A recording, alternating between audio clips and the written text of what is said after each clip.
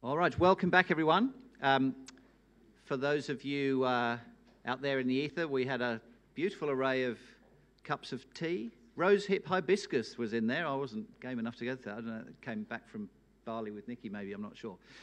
So look, we've heard already about how teleworking can benefit an organisation. We've heard then about some macroeconomic aspects of teleworking. Now it's time to start hearing about the actual mechanics of how you can get some of this stuff to really start working for your organisation. So I'm delighted to say that to lead off after tea, we have Steve Iatropoulos, who's a technology strategist with our major sponsor for the afternoon, Microsoft. Works extensively in the not-for-profit sector as well as with a range of other organisations. So without any further ado, Steve, over to you. Thanks, Malcolm.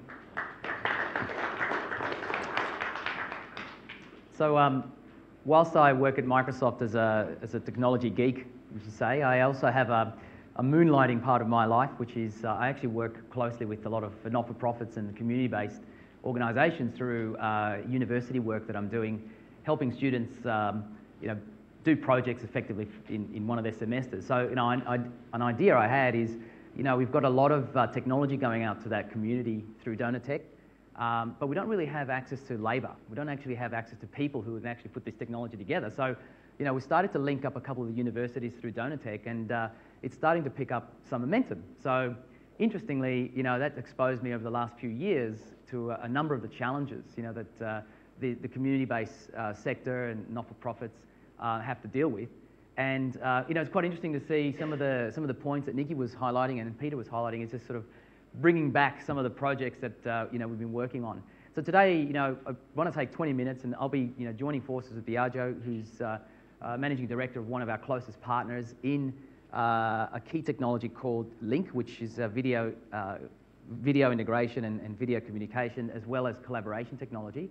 And Biagio will do some of the sort of demonstrations to bring it to life for everybody. But I want to use this time a little bit to share how Microsoft is contributing to this community, and part of that contribution is working very closely with partners like Infoxchange, who are critical for us to bring it to life alongside Generation E, because in many cases, we develop technology, we develop platform technology for the world. So we have over 1 billion customers. So how do we make it real is through partnerships like Infoxchange and Generation E. But I do want to spend a little bit of time talking about how we're thinking about these things, and why, are we investing, and, what's our contribution to this area. So, I guess, as Nikki was highlighting, there are a lot of changes going on right now in a number of areas, major disruptions, certainly in our industry, perhaps in your industries as well. Education was mentioned earlier, and one of the things that I've certainly have seen is that, education is currently really being challenged around, tele initiatives. So tele-education is one of the areas that is starting to really make an impact in a disruptive way through technologies like the internet and innovations that are coming through, such as increasing productivity of lecturers by not necessarily having them to be the transmitters of knowledge, but perhaps being the people who steward knowledge through tutorships and so on, as opposed to just presenting. The presentation stuff could be done over the web, whilst lecturers and tutors actually sit there and do the interaction. So major disruptions going on, and we'd like to think that Microsoft is actually very much a participant in that disruption, whilst we're being disrupted as well. And as you can see, lots of new technology going out there. We'd like to see that over the years, certainly from the 80s onwards, we've been a catalyst for bringing technology to the home and bringing technology to the enterprise in a very easy to use manner. In fact, we sort of talk about bring your own device. And somebody reminded me that bring your own device is not necessarily a new thing. Back in the 80s, this person was recounting how he managed mainframe systems and very expensive infrastructure. And these people would turn up with PCs that they went and bought in the local computer store and plonking on their desks and saying, hey, we want to use this new thing called Excel and take some data and actually do some stuff there. And that really threw, a spanner in the works in a lot of IT organizations at the time. And of course, we're seeing that happening, more and more. But the new world of work is really an interesting one. It's a bit of a catchphrase, and it is something we use a lot. But there are some really genuine disruptions going on. So commodity commodity devices, for lack of a better term, is becoming a reality. You can go to JB Hi-Fi, you can go to Harvey Norman's and buy tablets now. You can buy iPads, of course, but you can also buy tablets for $200. We'd like to see, Windows 8 as a really big offering in this area. People having devices around them, whether they're music players to tablets, is becoming a norm. In parallel to that, we're seeing the internet and access to networks. The 4G network that Telstra are rolling out is an incredible network. It's probably one of the best, most advanced network worldwide currently, providing access at a very high speed to not only capital cities but also regional areas of Australia. So that in itself is causing another catalyst. And the third is the cloud. Nikki mentioned cloud and sort of defining it a little bit. The cloud to us is essentially saying that infrastructure that you have to manage on your premises that costs dollars fundamentally, and also having to hire people with specialist skills, questioning, do you really need that anymore? Why not provide it through specialists, perhaps like Microsoft, who focus and can concentrate those skills in one area and provide some economies of scale for yourselves, focusing on your business. This has been an area that in the work I've been doing with the universities, it's been amazing how many projects we've actually done now using Microsoft's technology called Azure. We also used Amazon Web Services and so on just to host things up there and eliminated entire need for servers and particular infrastructure. It was just slowing things down in this area. So generally Microsoft's response to these disruptions is to provide a platform that people are familiar with, provide an opportunity for organisations to refocus where their investments go, in providing what differentiates those organisations in the market. And in many cases in not-for-profit and community, it's quite an aggressive, very competitive environment to go and grab grants, to provide productivity. One of the areas that we also focus on is how do you enable people to go out close to where the service is being delivered. Youth services is a big area of focus of ours in the last couple of projects, and helping people with mobile devices to go out there. But we want to provide an opportunity where we give anywhere access. Apologies for my shadow there. Anywhere access, stuff that works together. So it's not about integration in your business. It's really about delivering services. Make it easy. There's this term of easy IT or IT as a service. Again, having an email server does not differentiate your organisation anymore. Perhaps it did in the 90s that you allowed communication in this way. Maintaining that infrastructure is expensive when you put in storage and labour in all of that.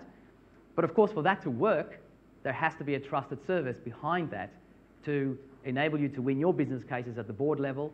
And there's a lot of focus now on compliance and governance at this particular sector.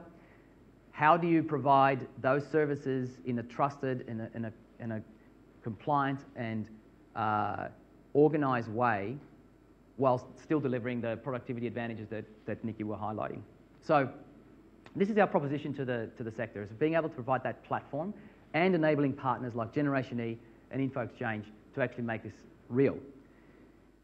So I want to just give you a little bit of a whirlwind tour in the next 10 minutes of what this platform looks like. What are the Lego blocks, if you like? And generally they are Lego blocks that you put together in ways that make a lot of sense for your organisation, but they could be put in different ways for different sectors. And we're having some great success with a very strong partnership with Telstra in actually bringing it out to a lot of organisations, a platform called Office 365. So Office 365 is a branded, leverage the brand that we've built over the last 2.5 decades of Office as being the platform where people do most of their work.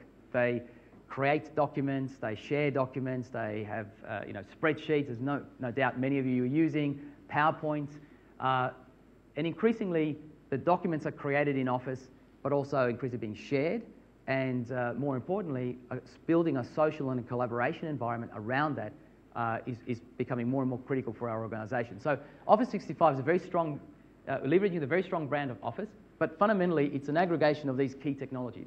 Exchange is email, SharePoint is about sharing documents and sharing it with your partners and sharing it amongst yourselves, and Link Online, which is something that Biagio will talk a little bit more about, is essentially our real-time, what we call real-time communications technologies. This is about instant messaging and chat, sort of video conferencing, but what I think is very important is screen sharing and application sharing, which is one of those things that I think is a bit of an unsung hero, because that's what I think provides some real value, being able to share what you're seeing on the screen in real time across multiple devices.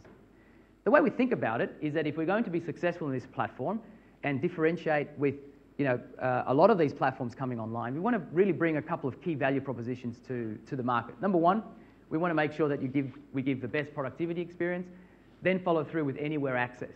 Microsoft's traditionally been seen as an organisation that delivers stuff to Windows really well, but does it deliver stuff to the Macintosh? Does it deliver applications to increasingly Android devices and so on? We are taking an increasing focus of saying this platform is available to everybody on every device. We like it to be the best experience on Windows, but increasingly we look at where the market is going, and if there's a great presence of a particular device, we'll invest in providing that. And many forget that we've been building software for the Macintosh for over the last 30 years. So that's the second promise. The third promise is we want to make sure that it's very familiar. It works with what you know. Works with Outlook, Excel, PowerPoint, continue to work, but this time perhaps with a different way of accessing these applications, which I'll talk about in a moment. The third and the fourth, the fourth and the fifth promises are really intrinsic for this stuff to work. Number one, we have to make sure that we're providing a new value proposition to you, and that is that infrastructure that is on your premises, give us the trust to put it in our data center. We'll focus on compliance, we'll focus on updates, we'll focus on anti-malware and virus management, all that sort of stuff that really doesn't, again, differentiate your organisation. And we'll give IT control and some capability to configure the service, to customise it to what you need. So effectively, we are focusing on those 5 pillars to bring this platform forward, fundamentally delivering a new office and device experience. So if I really sort of, and being mindful of time, this I will actually go through quite quickly, but I'm happy to take on questions later on. I'll just focus on a couple of key things that where our head's at when we're starting to build out this service. So the first thing is making sure that the applications continue to be Office Professional Plus is key to it, and Office increasingly being available on devices like Windows 8, increasingly being available into a whole bunch of other mobile devices like iPhone, as well as our Windows Phone technologies, but being able to use technologies like Word and being able to co-author and collaborate on the document. We're also looking at areas of integrating video and collaboration processes within the document. So as you create the document, to be able to interact with people, to get information whilst you're right in that thought process, being able to collaborate inline is really, really important. So that's kind of another big area of focus for our best productivity experience. The next thing we focus on is, great to have the documents, but putting them together into a place where people are notified that this information is created. You get to see who actually created it last, following individuals and building profiles around individuals, very much like a Facebook for the enterprise. So that's a big area of focus for us. Is Facebook is great, Twitter is great, but how about if we had a very similar experience within a corporate context and providing the right security and the right framework for support even from an IT perspective, again providing the governance and compliance that you're accountable for. So with that, sharing information is beyond documents, of course, but all sorts of other entities like calendars. It's a very mundane thing, but it's one of those things that if we switched off calendar sharing at Microsoft, I think we'll probably grind to a halt. Sharing calendars is absolutely critical. Sharing information across various means is absolutely critical to making this work. And of course, with that, bringing a very natural place to house documents, not only as documents just for sharing, but also for records management and for archiving, as well as for being able to manage versions of those documents. Again, it's a compliance and governance story there that is sort of underpinning some of the sort of collaboration themes behind SharePoint. So our go-to-market on this one, basically our presentation of this technology to our customers is to continue the productivity experience, but making sure that it is underpinned by familiarity and, more importantly, the right sort of IT control. If I skip across to access anywhere, rather than sort of going through each of these points, I just want to highlight a couple of things, how we're thinking about this. So again, as I mentioned earlier, devices, we think that devices will grow. We don't believe devices will converge into one sort of tablet-like thing. We think that people will be having tablets at home. They might have hybrid devices for work. They may actually have a desktop of some sort on their desk. It really depends on the jobs and the roles. If hardened devices, we had one project where we had services to people who were, so it was basically youth services for people who actually put into projects, gardening projects, building projects, and so on, as a way of developing their skills. And we had hardened devices. So these things obviously were solid things, but they had to actually have access to the documents, access to the applications that were scheduling the training and so on these specialist devices. So there's going to be a plethora of these devices everywhere. Having said that, we want to make sure that we provide access to the browser, but more importantly, these devices are becoming sort of combinations of phones and tablets. So Windows Phone is one of the technologies that we have in market. You can see integration with Outlook and SharePoint is built into the device, but we also have support for the iPhone, and we also have support for Android in some of these scenarios as well, and increasingly more so. So the key thing here is that we feel that the device ecosystem will grow.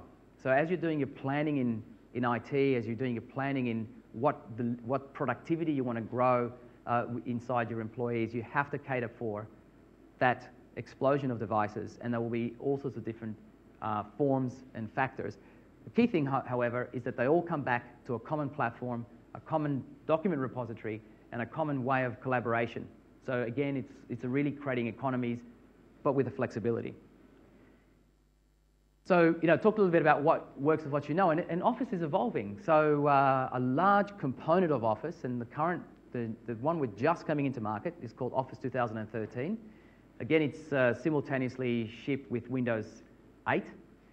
A large component of Office actually runs in the browser.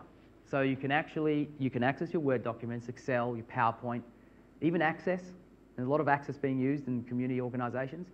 And a whole, even Link as well, being used inside a browser context.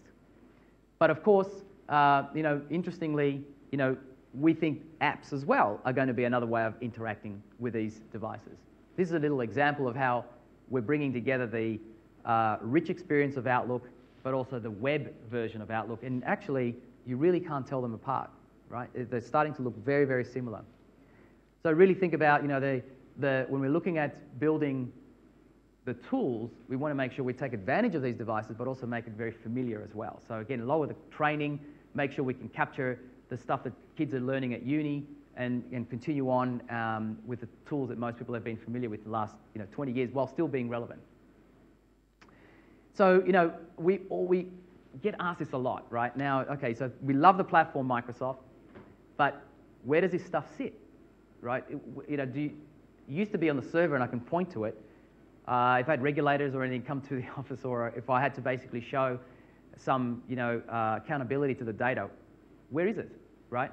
So we do have data centers. This is fundamentally built on a data center model.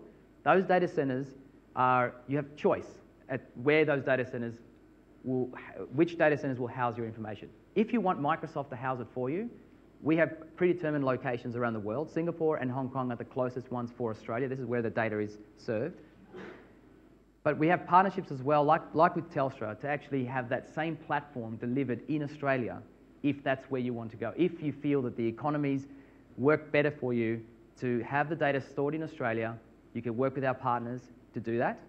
But if you feel that you could get perhaps the flexibility you're looking for at a global level in another way, then we're more than happy to house that data for you.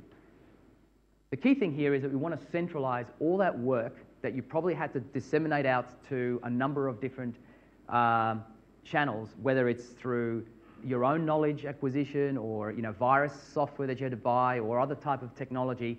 We want to take that off your hands, both us and our partners, and centralize that into the data center and have experts there focus on that. So, we've wrapped a whole legal framework around this stuff as well. So, things like if there's, uptime guarantees, we don't meet those uptime SLAs, there are there's compensation that comes back to you around that. We also have, compliance at a government level, at certain government standards that we have to be compliant to, as well as some financial regulators. We feel we've actually got one of the most advanced, I would say, accreditation plan in place for cloud computing than our competitors to this date. So this is an area, again, where we feel even local IT will have a challenge to actually keep up with these standards and regulations, and we feel we can create those economies because we can bring it together in one place.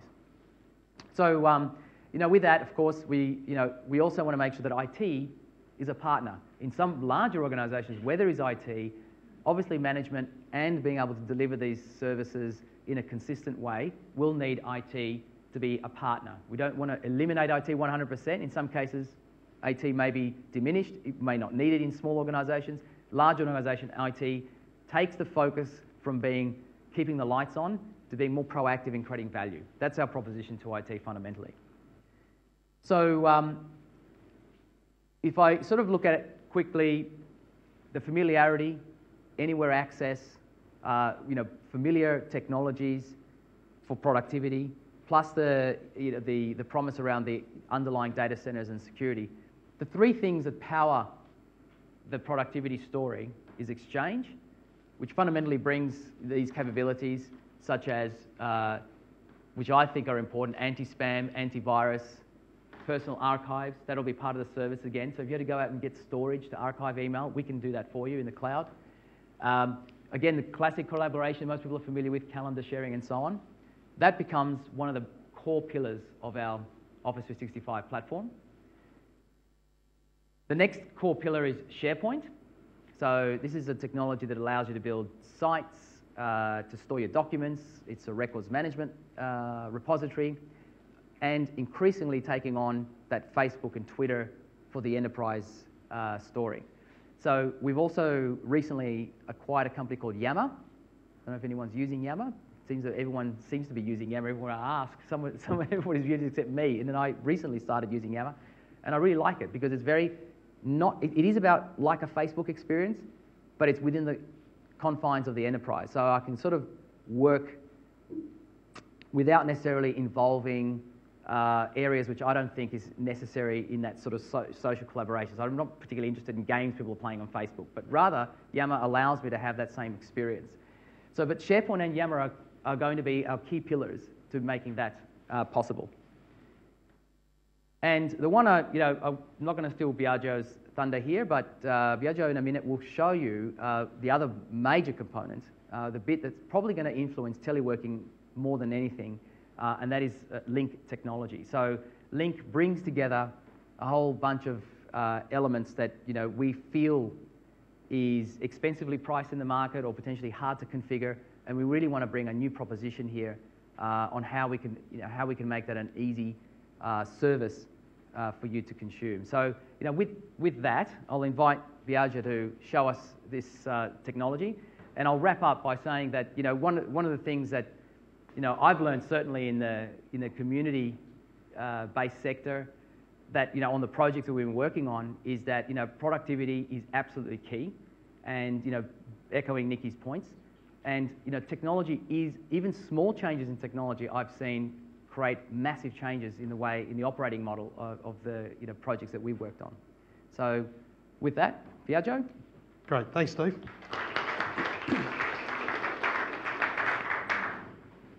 So I'm going to start the conversation today, certainly as I need to log into my laptop again. And I'm going to start the conversation by asking a question. Who's been on a conference call this week? Who put it on mute and went and made a coffee? Come on, be honest. Okay. Most common scenario with a conference call is disengagement. It's not the process where you will get an engaged group of people. What is the difference between a conference call and a video conference? What's the key word? Engagement. You know, when you're looking someone in the eye, it's really hard for them to put you on mute. And on a conference call, it's easy to put people on mute and say, how did the football go on the weekend? Could you get me a latte? There's no engagement. Why do we have conference calls? Why do our friends at Telstra make a very large amount of revenue from conference calls? Because we don't work in the same place. Telecommuting, teleworking, working from home, flexible workspace options, all of those other things, activity-based working that Rose is going to talk about, have been around for a long time. We're already doing these things. It's not new. People work from multiple locations.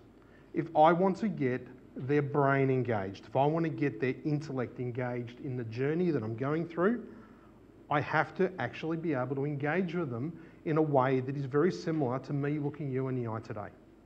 And I can't do that if they are remote. Now, I was enthusiastic to hear Peter say that he had a worker in Queensland.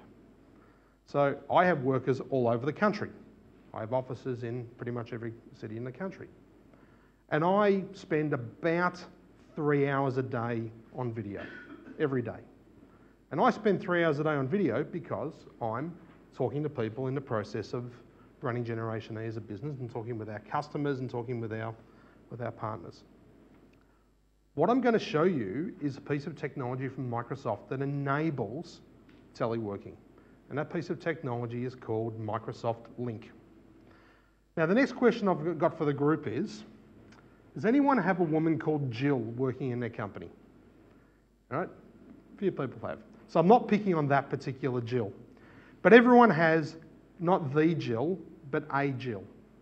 And Jill is the go-to person. When you need to know, when we ordered that PC 2 years ago, Jill, for Fred, who did we buy it from? When's the warranty up? You want to know any question about your organisation, there is a Jill. Now, the problem is, it's unlikely to have a Jill right near you when you need. What this technology does is bring Jill's capability, Jill's intellect, Jill's experience, Jill's knowledge to the forefront when it is needed. And whether I happen to be working on a laptop, as I'm going to use for demonstration, or I'm using a tablet and using the application there, it doesn't make a difference about what the technology is that I'm using to enable connectivity to the Jill. What I want is I want access to Jill's brain. Now, what I don't care about is where Jill is. Do I really care that Jill happens to be in Brisbane? No. Do I care that I need the answer that Jill has? Absolutely. Now let's talk about how we get access to these particular people.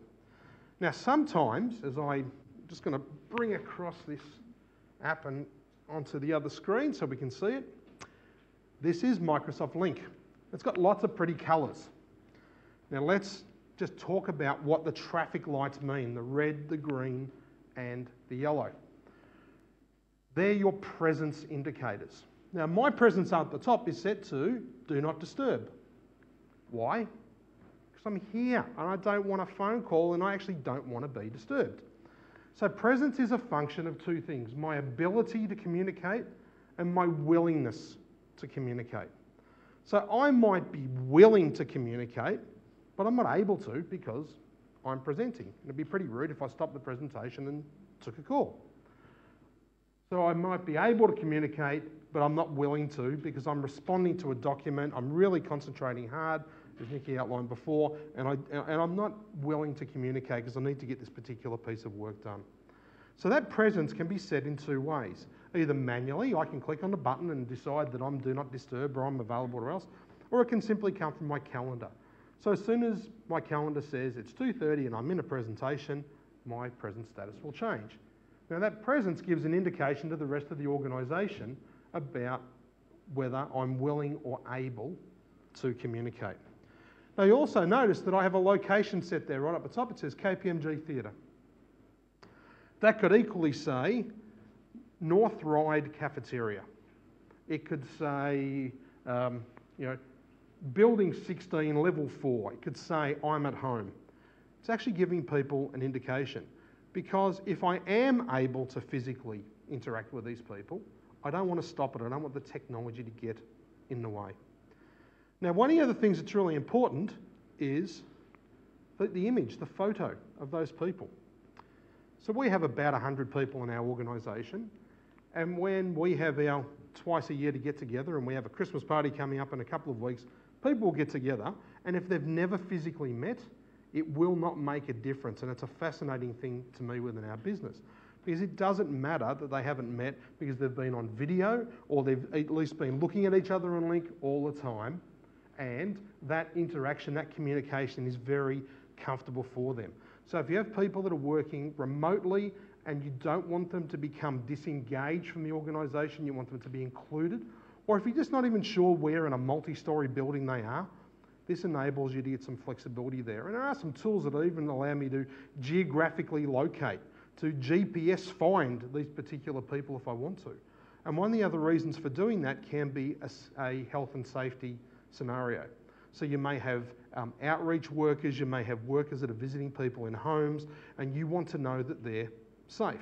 So whether I happen to be using a tablet, a laptop, a mobile phone, doesn't make a lot of difference because I have the ability to use all of these devices around the place. So I can do things like, say, every 30 minutes, whilst you're on site with a client, require the worker to put in a 4-digit PIN code so that I know that they're safe. Really unobtrusive, but allows you to know that your team is effectively being looked after irrespective of where they are around the place. Now, it's very flexible what I can do with it. It's very programmable and very dynamic.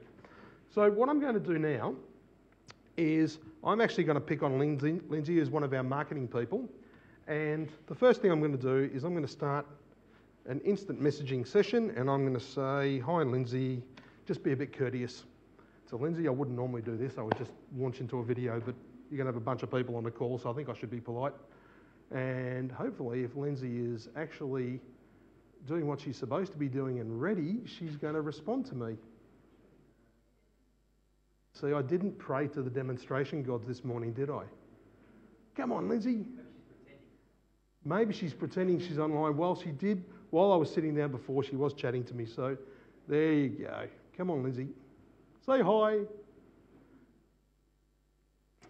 Okay. Ready for video?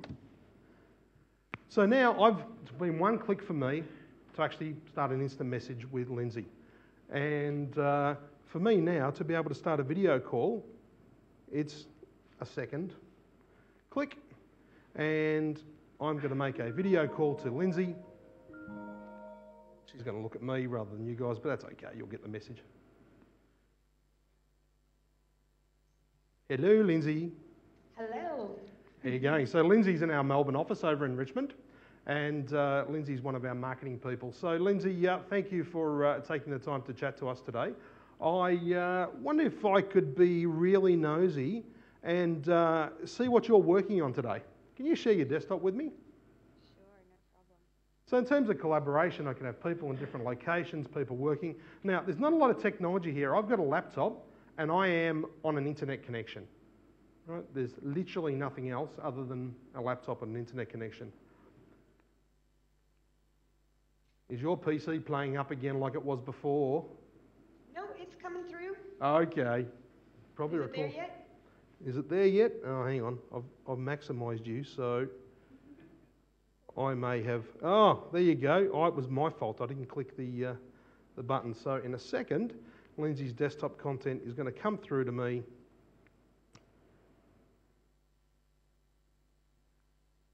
Did I pray to the demo gods this morning or not? I thought I did. I'll try one more time here. Come on, send it through.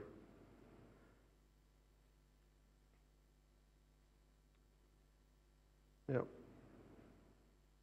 Success. You notice that while Lindsay's doing that, I'm actually going to bring up Lindsay's contact card, and you'll see that there's a bunch of information that I have about Lindsay on her contact card. It allows me to know where she is and what she's doing. But I can also see Lindsay's reporting line, who else shares the same manager, and I could even drag those people onto a call should I wish. So Melanie Davis, who's a corporate account manager for us, actually she works from home permanently. She's one of our salespeople, in fact. And I'm going to switch over, and Lindsay's working on a PowerPoint presentation of our new PowerPoint template. So it's as simple as, when the buttons work, of clicking and being able to share and collaborate. Now, we can both work on that document simultaneously. It's not a case of Lindsay saving it, me downloading it, emailing, or whatever else. We both have the ability to go and work through that document simultaneously. So, Lindsay, I'm not going to keep you too much longer. You've been fantastic. I might just hang up on you now and just finish our chat about Link and where it sits in. So, does anyone have any questions for Lindsay before I let her go? She'll kill me when I get back. No, it's okay. We can take questions later. Okay, so thanks, Lindsay. I'll let you go. Bye-bye. Thanks. Bye. Okay, so it was literally a couple of clicks for me to organise a real-time, high-definition video conference from a laptop sitting in the KPMG theatre to Lindsay. Now, whether Lindsay was at home in our office or whether she was in Timbuktu would not have made any difference. Now, my super nerd story about this is I was on a flight about 18 months ago from San Francisco to New York. And I thought, I'm going to 6-hour flight. I got about 1 billion unread emails. For $9.99, I can get internet on the plane. I'm going to do this and clean out my emails. So I do, and fantastic. I log on, I'm cleaning out my emails. I don't think too much about this, and I've actually got Link running. And I had an instant message appear. You know, hi, Biagio, can you chat? I think he's talking about an instant message. No. 5 seconds later, a video appears on my screen. Hi, how you going, says he, looking around sheepishly and embarrassed. I was 1,000 kilometres an hour on the other side of the world at whatever it was, 35,000 feet or whatever the height was, and I was on a video call. I actually pretty quickly said, look, I'm on a plane, I feel a bit silly, I don't even have a headset plugged in, I need to jump off this call. And I did, and the fella next to me said, who the hell are you?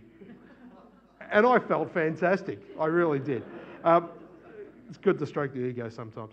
But the technology is actually designed, more importantly, to work in very adverse network conditions. So you don't have to have the highest of bandwidths around the place. Now, sure, when NBN is available to all of us, it's going to really benefit us as an economy. But you don't have to wait for that. This is available today. You can do it over 3G or 4G. You can do it on home internet connections. You're very flexible about the way this can be deployed. So for me, to actually be able to see different people around a place, see their status, see some are on call, some of people are doing different things around a place, actually know what they're up to, I don't need to tightly manage the individuals within the organisation. I need to manage them around KPIs and output rather than are you actually physically standing next to me today. In our particular business, we are adopting a model called activity-based working, which Rose will talk about. We have approximately 1.5 people for every desk in the company. Some offices vary, some are lower, some are actually a little higher, like Melbourne, because we're in desperate need of moving. But it's very easy to get a desk in the office because there are no reasons for people to be in the office unless they have to. We genuinely don't care where people are around a place. We care that they produce quality output and look after our customers. So Link is an enabling technology. That's really what I want to get across today. It's really, really easy to use. The adoption is great. The training workload to get people to use it, very, very low. And whether you're a high-end organisation, a KPMG, or whether you're a smaller not-for-profit, very easy to deploy. You may choose not to do the full video bit. Maybe it's just the instant messaging. Maybe it's the presence. Maybe it's just the collaboration piece. It's up to you how far you go and push this within your organisation. But it's very viable technology that is practical to use today, and I would encourage you to investigate it. And we'd be certainly happy to have that conversation about how you can leverage the great licensing scenarios that Microsoft has today for the not-for-profit sector. It's very generous, in my opinion. And in terms of deploying it, it's not that onerous a task to actually get rolled out within most organisations. So I'll be around later on if people want to ask me some questions or they would like to have a play with the technology. You're most welcome. We'll pester Lindsay a bit more if you want. But otherwise, thank you for taking the time to to listen to us today. And again, I'll be happy to answer questions later on. So thank you.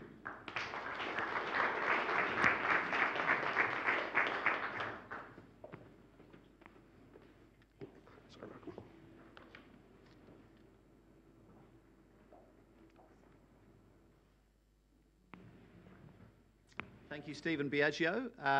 For those in the room, you can demo afterwards. I'm not sure if anyone's got that real-time live, but you can test. The next session is a very important one also because technology is only here to enable people to connect and to do things. And so a lot of what makes all of this work and be possible is change and how we make that work through the organisation, as well as making it work for people as individuals. So to lead into the next session, I'm delighted to introduce Rose Clements, who's the HR Director for Microsoft. Now, whilst I said I wasn't going to refer to people's bios, in Rose's case, there is a recent addendum to her bio. She was recently awarded HR Director of the Year. So that is the Oscars of her profession in this country. So we're hearing it from the best source we possibly can, Rose Clements.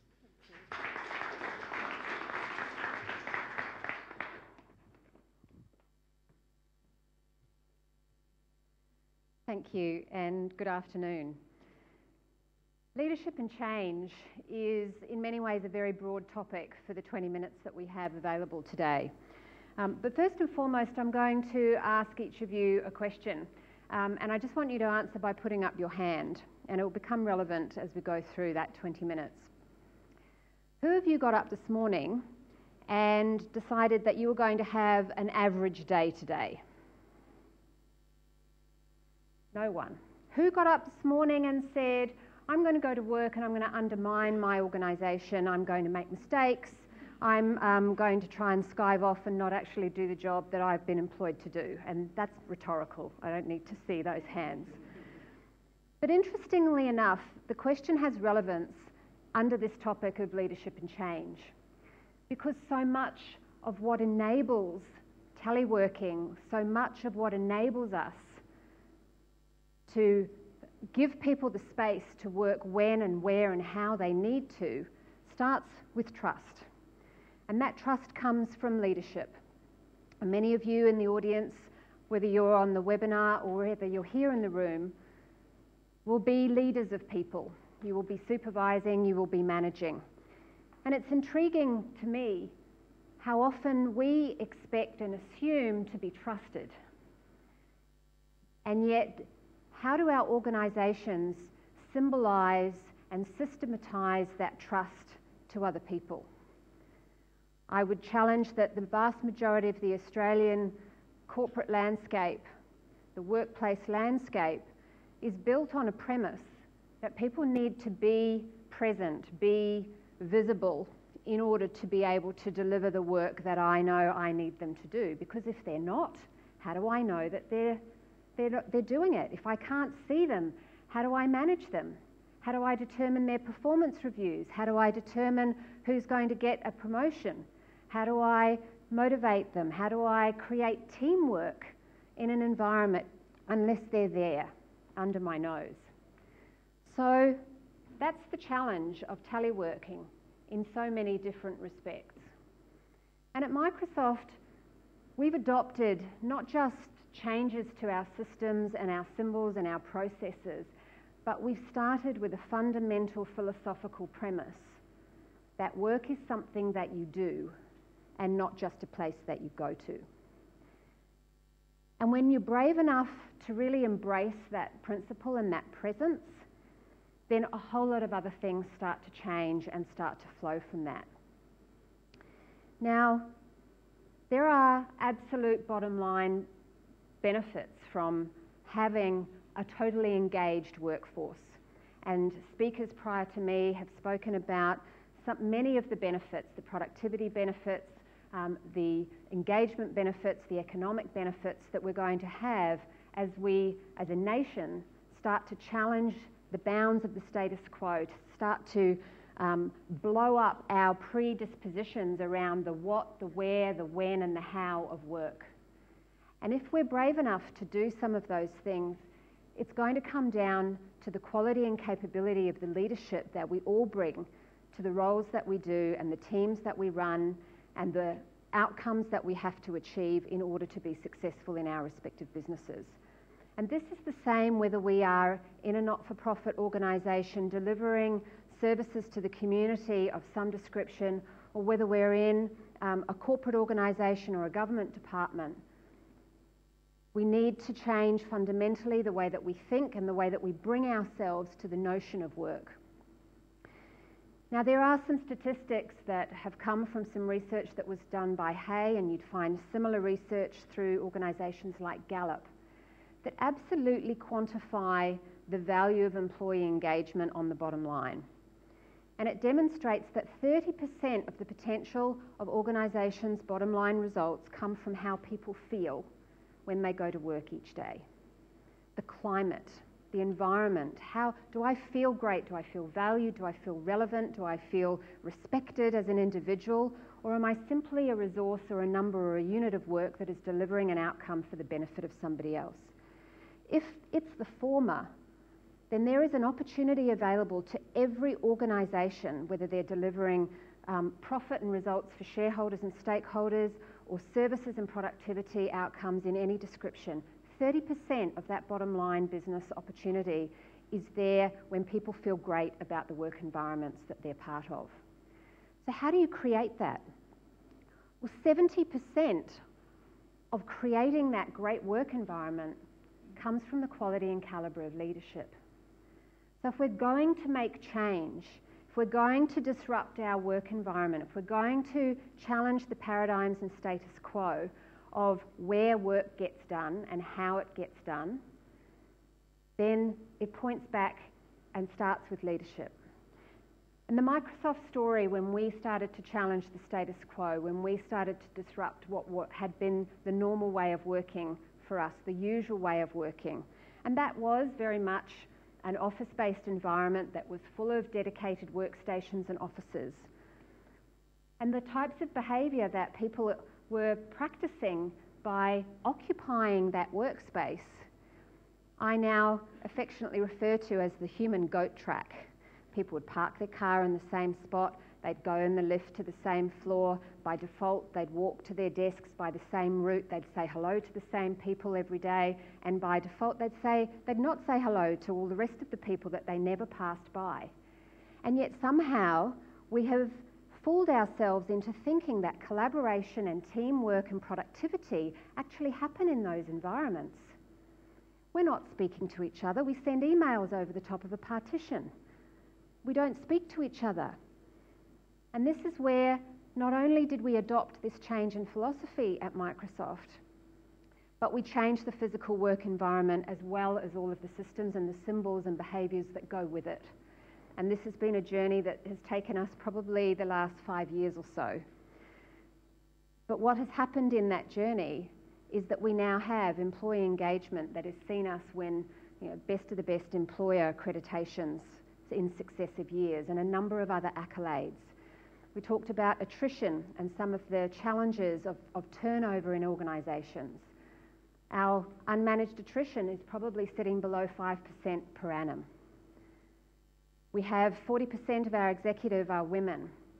We have high levels of innovation and idea generation because people are moving through space. They're collaborating using technologies like Link. They're intersecting with the people that they need to intersect with in order to get the job done. Because like you, they also don't get up each day and say, I'm going to have a bad day today. We do. We get up each day and we say, I'm going to have a great day. I'm going to be successful. I'm going to achieve my goals. I'm going to deliver on the job that I've been employed to do. And I'm going to do it with the very best of my capability and ability because I care. I care about my own self-respect and my own desire to be successful in the world. And so as leaders, when we get out of the way and we create the space for people to bring the very best of themselves in an environment that suits the things that they need to get done, then remarkable outcomes start to be achieved. So let me just deconstruct some of that and go back to some of the how of each of these things. When we started challenging the notion of how and when and where work inside Microsoft, it actually stemmed from a conversation of we need to work more flexibly. And we looked at our traditional pick list of flexible working options, probably not dissimilar to many of those that existed in many organisations across Australia. And initially we thought we're going to work more flexibly, so we're going to extend that pick list of flexible working options. And suddenly it struck me how ironic that was. Here we were contemplating increased flexibility by effectively increasing the inflexible list of fixed pick list options of flexible working. Now that's kind of strange. So we threw that pick list of options out the window and essentially said, let's adopt this philosophy. Work is something that you do, it's not a place that you go to. It's a verb, it doesn't have to be a noun.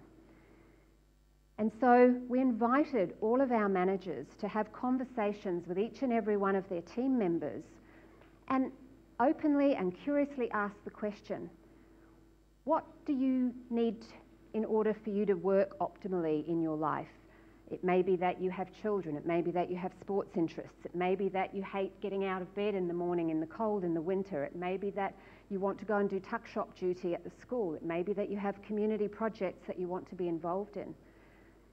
And understanding that, simply having that dialogue with people before we had done anything to the physical work environment, before we had done anything else, suddenly created a possibility that didn't exist before that conversation. And that enabled people to essentially say, I can be myself, I can bring all of me, whether I'm a parent or a sports person or a community worker, I can bring that and intersect it and integrate it into the professional me. And I can do so with the permissions of my employer so that I can start to think, how do I get my job done and the work that I'm employed to do, but at the same time have an understanding, and it doesn't have to be a contractual understanding, a written documented understanding, but just to have an understanding that is mutually agreed. And not every possible request gets agreed, but that dialogue was a really important precursor. So if from some of the things that you've heard today, you're thinking, gosh, the leap from where we are today to where we potentially could get to is so long and so vast, sometimes it's just a conversation away. It's simply about opening the door and challenging the status quo of what is happening today.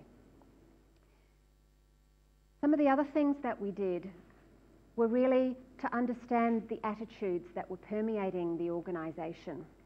And this is a piece of work that really I could speak about for many hours, but I want to give you a little bit of a taste test to it. Because so much of what is a precursor to the success of teleworking comes from the attitudes. So I talked about trust. I talked about how we need to think more about the outcomes and the achievements and not just the input and effort. When work is something that you do, not a place that you go to, it's less about clocked in and clocked out time than it is about saying, what does success look like in this particular role or job that I do, and how might I actually execute those outcomes in a time frame that might fit around some of those other activities that I want to do. And so attitude is critical, and we looked at the hypothesis that so many organisations, when they're trying to implement change, work simply on behavioural change. If I can retrain people, if I can alter what they do and what they say, their behaviour, then I'm going to get long-term sustainable change in my organisation. Yet interestingly, that's like the human software. That's the things that we see that are observable. But what about the human operating system? What about our predisposition to thinking, our attitudes? And so many of you in the organisations that you're part of, that is one of your greatest assets. Your employees and your team members are working in your industry and in your organisations because they care, because they already have a personal, heartfelt investment in the outcomes of the organisations and the work that you do. So how to harness that and say, how do we leverage that positivity, that attitude of can do, want to do, and turn that into something that then generates the trust and the accountability and the empowerment that I've been talking about. So we have 4 attitudes in Microsoft that we have been working on, essentially helping bring consciousness to across the organisation. And I'm not going to go into detail of all 4 of those today, but I do want to just illustrate one of them. Now, attitudinally, without any malintent, from the time we're knee-high to a grasshopper, as human beings, we create a place around ourselves of innocence. And that innocence is lovely and comfortable. And it means that it's always somebody else's fault. There's blame, denial, and justification that sits outside of that innocence. So as children, what happens to the toy? It broke. What happened to the milk? It spilt. Why were you late for the meeting? It was the traffic. Why didn't you make the sale? The customer wasn't buying. So we sit in this little bubble of innocence and echo blame, denial, and justification out to the world. Now, the price of that innocence is a lack of empowerment. If it's not my fault, then essentially I'm saying I don't control the world around me. I am an innocent victim in my world. And I have 2 teenage children, and when they were smaller, like many siblings, they would squabble with each other.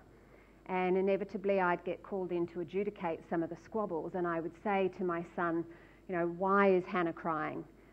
And he would say, oh, well, she made me mad, or, she made me hit her, it's not my fault. So he's effectively saying, look, I am just an innocent weapon through which she has hit herself. Now, logically, we know that's not true, yet that, ironically, is a mindset that many of us have unconsciously in our makeup. Imagine if you could take that mindset and you could flip it on its head, and you could create an empowerment mindset where people's consciousness and thinking was, what is it about the circumstances that I can control, that I am responsible for? How can I take control of my own outcomes and my own destiny? And that mindset and capability is available within all of us, I believe, because so much of the rest of our lives, that is exactly how we operate. But inevitably, we come to work, and without intent, we have created work environments that seem to assume that people check their common sense at the door, that seem to assume that people are going to try to wake up in the morning and say, I'm going to have a day that's going to disrupt my employer. And we put a variety of controls and a variety of inspection mechanisms around our workforce that go way beyond the necessity for governance, because we don't trust our people. Because we're scared that if we give them too much room to play in their workplace, that things won't get done.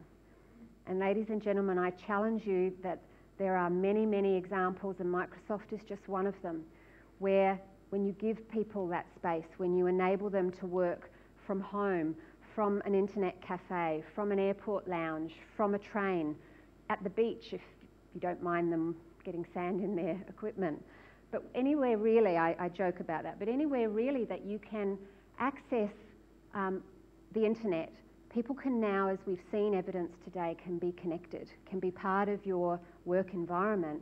It just takes a lot of courage to make that step and to take that change. And so when we ask and we think about the things that we've heard this afternoon, I invite you to say not only what is it going to take, what are the benefits for me of changing, but to take the time to ask yourself, what are the benefits of staying the same that I need to understand and I need to address, because if I don't, they're going to be the things that create that yes but, that encourage people to find all the reasons why not, as opposed to all the reasons why.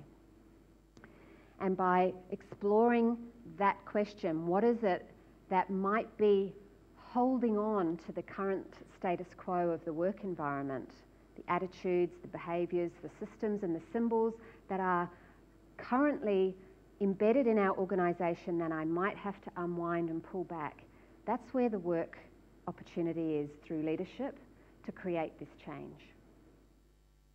Thank you.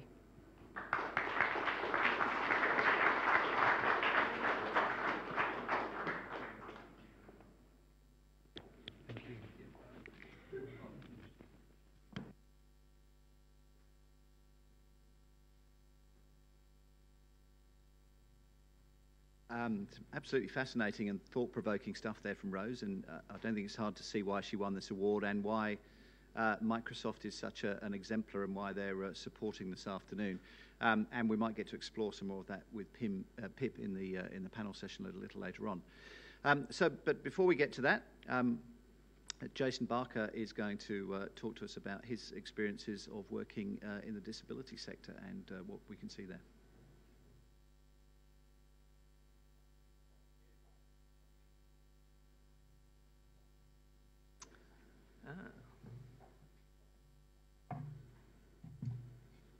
Sorry, just shifting things around a little.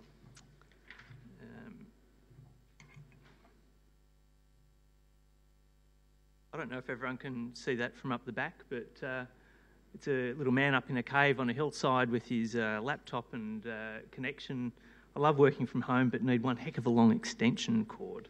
So it really feels like things have changed in the last few years. I have an expression, I guess, that's very similar to the Microsoft one, except, in our organisation, I guess it's we pay you for your brains, not for your bum. And, it's not about the fact that you're sitting there all day. It's like, what can you actually do? So maybe a little bit less eloquent. The Australian Network on Disability is a not-for-profit member-based organisation with about 130 members across government and corporates through a large range of industries. And so I guess in a way we get quite a great perspective across all of those industries about the practices that people are undertaking. Our task is actually helping those companies to better include people with disability in all aspects of their business in an equitable way. So it's about employment and customer service and a whole range of ways to actually include people with disability. So teleworking is a big deal, I guess, in that sense. I guess with a little bit of an economics background, I think about this problem from a supply and demand point of view. But really, to start with, just a really, really quick, what is a disability thing? I know we've got a lot of not-for-profit people in the room and maybe telling you stuff you already know, but the World Health Organization actually defines disability in a way that's actually really helpful when you think about teleworking.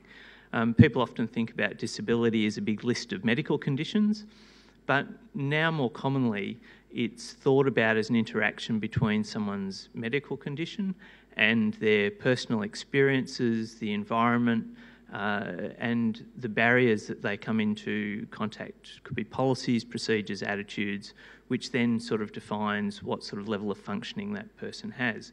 So, for example, if you had spinal injury, your impairment would be, inability to move your legs, for example.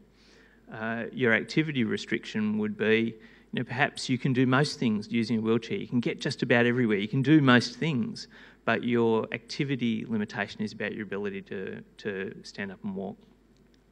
But critically for teleworking, one of the, perhaps the highest level and often most common way that someone with disability finds restriction now is participation restriction, which is how does that environment actually operate on them?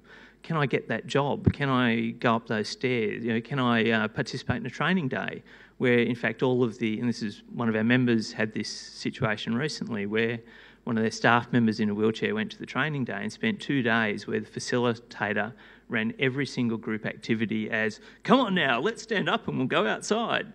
And the person with the wheelchair was completely excluded. Or, let's all do a painting day for the person that's blind. So, teleworking can really work at that level about participation restriction and how to overcome some of those things.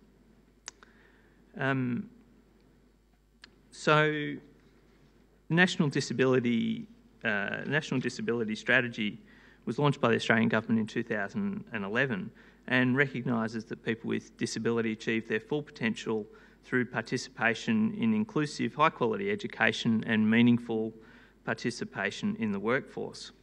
And one of the key things in there is economic security. So, better brains than mine, I guess, sat down and came up with the 6 key areas that the government's working on for people with disability. And, that ability to have a job and to get involved in employment is an enormous thing. I think, you know, when you can get up in the morning and you go to work and you know that you've got economic independence, it's a fantastic thing for feeling included in society. If you're sitting at home and you don't have the advantage of a job, if you're dependent on someone else, you can really feel excluded.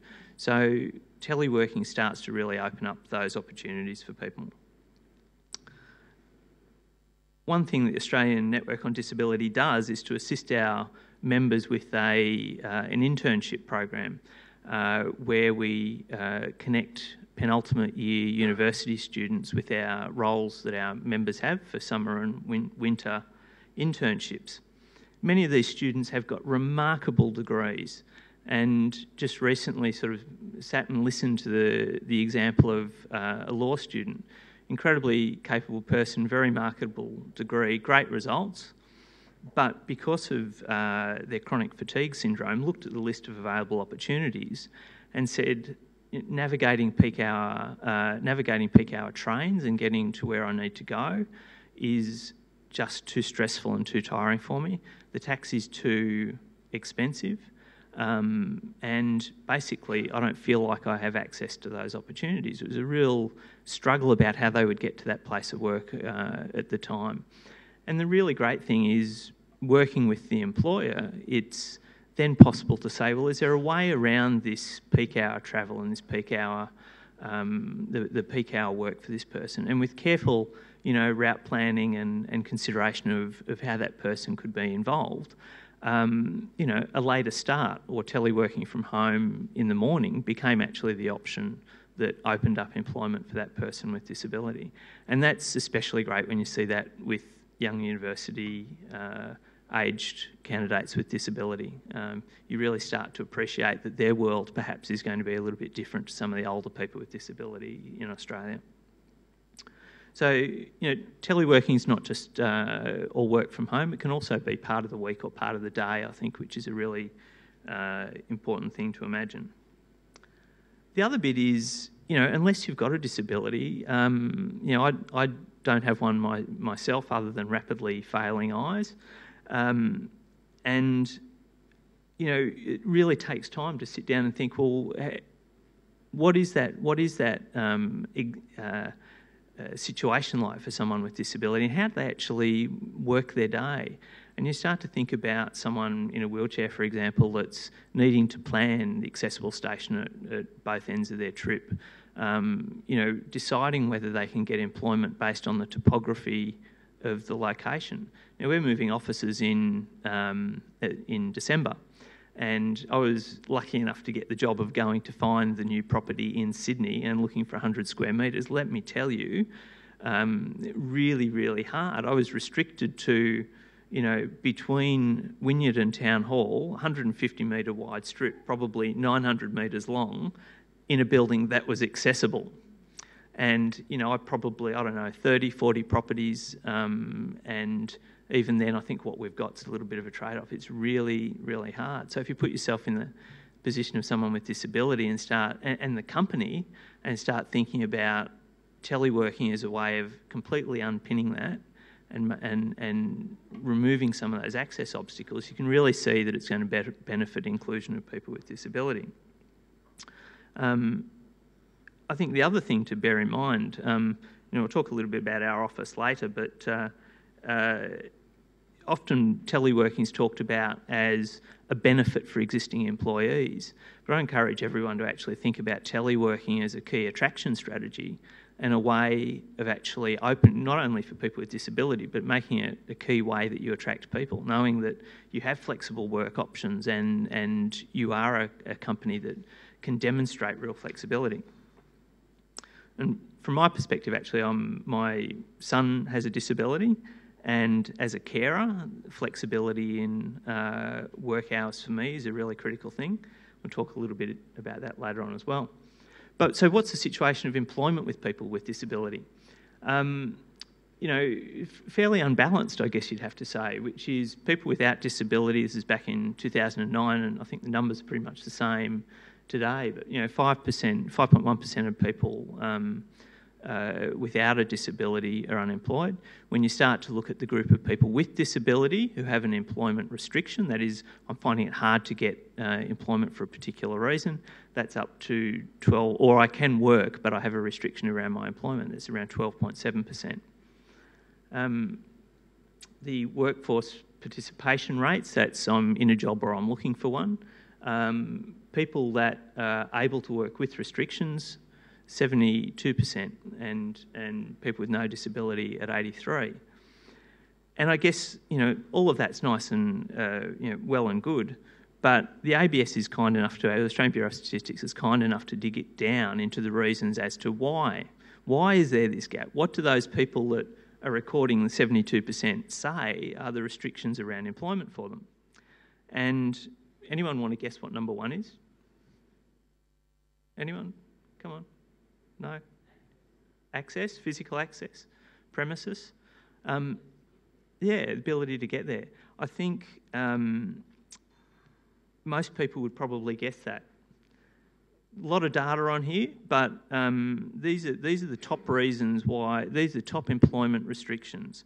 And on the left-hand column, actually the unemployment rate associated with that restriction, and the right-hand side is the percentage of respondees saying that that's the problem.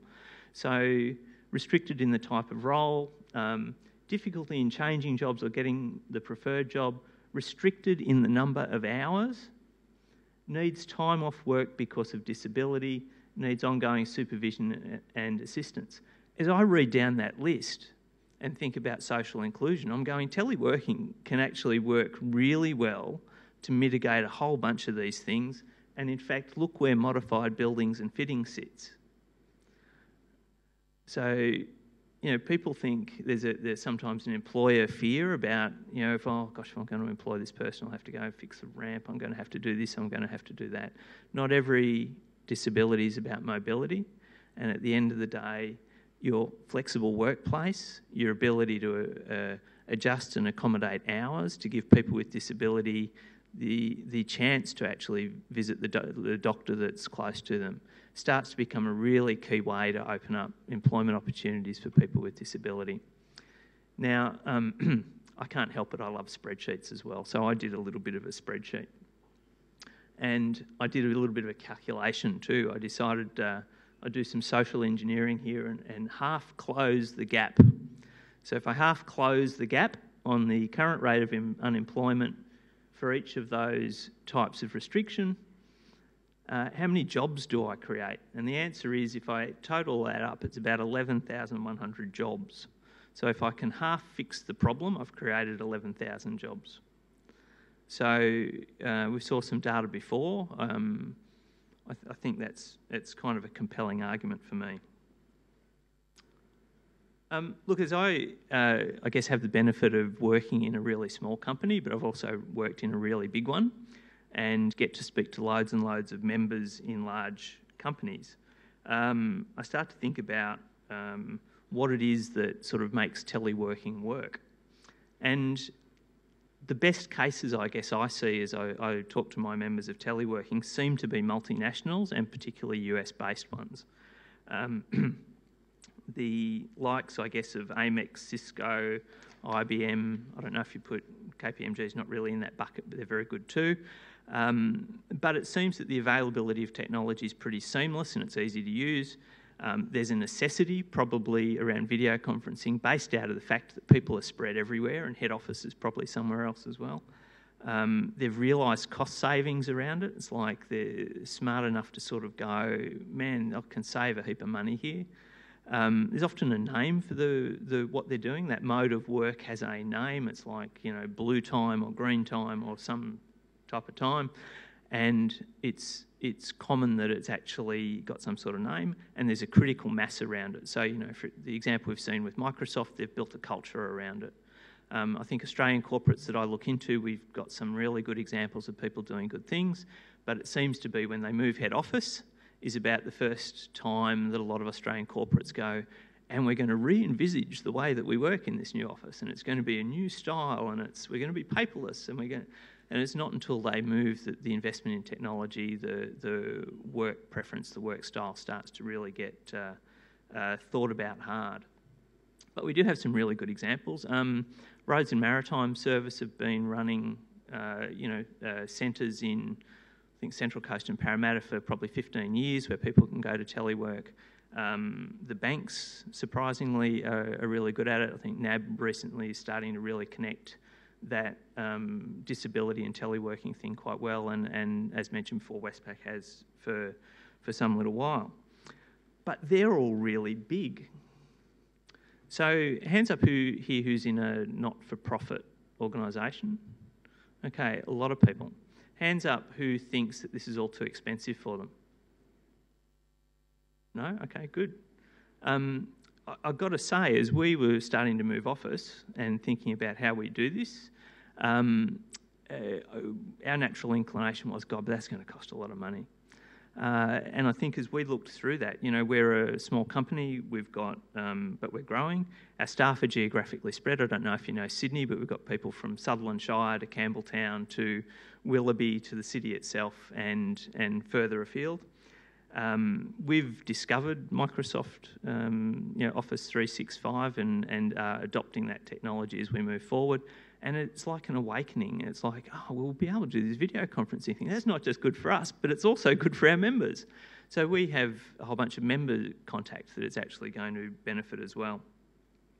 Bring your own device. Now, if you start thinking about people with disability, I want to work from home, but I've got to carry the laptop. Where do I put that on my wheelchair? We've got another staff member, in fact, who has a chronic back condition. Travelling from Sutherland Shire backwards and forwards is, painful and bad for her mental health. And whilst we'll build a sit-stand desk and everything else, we envisage that she'll do most of her work from home. That really helps with their engagement. Other benefits, our server currently sits next to the fridge, and you kind of go, so what if someone turns around with a cup of tea, And also it's helped us to actually imagine our Melbourne office probably a year earlier than we'd thought, because $60,000, $70,000 rent down here when we could actually put two people work virtually. It changes how we do business and it'll change our business plans. Probably enough about us. Actually, the next, not quite yet, wait for it. We've talked a lot about technology. We've talked a lot about the Microsoft options. The next little bit of a case study I just want to show you is a really great thing called live captioning. It's a company called AI Media that has a range of products, but one of them is this live captioning. And what live captioning is about, or what it targets, is that, again, the teleconferencing. You've all sat on a teleconference. You know how hard that is. Imagine that you're deaf or hearing impaired, and somehow in your workplace you need to interact over teleconference. That could be a real barrier, basically, in your workplace. So the solution is that there's a phone hookup between that conference and AI Media sitting out in Sydney. There's someone listening to that conversation through an earpiece. They actually re-speak that conversation into voice recognition software, which turns it into text, which then sends it back to the iPad, or for that individual, or for the teleconference. So suddenly, in fact, if you think about universal design, how many times have you heard the minutes of your meeting read back incorrectly? But you suddenly have a transcript of the meeting as well. So, but that person can then be included in that meeting. It's an amazing thing to watch. It happens sort of 2-3 seconds after the word is spoken, and it's watching someone do this thing is just amazing. But now we will play a short video, and the video is actually, as Eleanor gets this going, focuses in on Westpac and Telstra as two kind of large users of this. The word is spoken, and it's watching someone do this thing is just amazing. But now we will play a short video, and the video is actually, as Eleanor. How do we do that? That's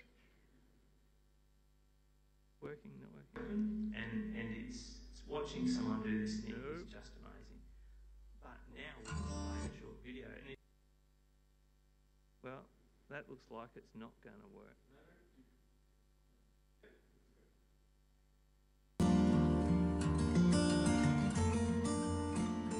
Our deaf or hard of hearing employees quite often come to us saying, you know, they just want to be treated the same as anyone else, as do our customers. We just want access to everything in the same way as everyone else. It's been quite a challenge in terms of taking part, being aware of what's going on in meetings, going on in the project, or what's going on with other people in my project. If people are talking among themselves, I sometimes miss out. So it gets a bit frustrating. By the time I work out who's talking, focus that person, someone else has started talking. So it's always a catch-up game, if you like. People with disability quite often can feel unheard, you know, not through any fault of any one organisation or any one thing. For our hearing impaired employees such as Lloyd, he struggled personally to fully participate in meetings. There's a lot of interaction with other people within the project, different teams focusing different parts of the project. The solution for delivering access to the workplace and effective education for those who are deaf or hearing impaired is pretty simple. We call it AI Live. AI Live is a system that delivers word-accurate, real-time speech to text anywhere. My very first impressions were it's sort of like TV captioning but for real life. A client might be in a meeting, they'll have an audio source, the captioner will actually dial into that. We will then re-speak what we can hear, which is then streamed via the internet straight back to the client, who can then see the text on his or her iPad or laptop, some sort of device like that, of exactly what's happening in that meeting within about 7 seconds. I was quite emotional and frustrated when I came across AI Live because I saw how much of a difference it would have made in my life if I had it earlier. If I'm in a phone conference without video, I use that quite often for that. Video, audio conferences with the AI Live monitor sitting in front of me is the situation where I use it mostly for. You know, I just need that extra help from AI Live to give me what people are saying, you know, keep up. And that's really the optimum solution. For people like me, we need something that is text-based. Having AI Live has allowed me to be involved in a lot more and understand a lot more.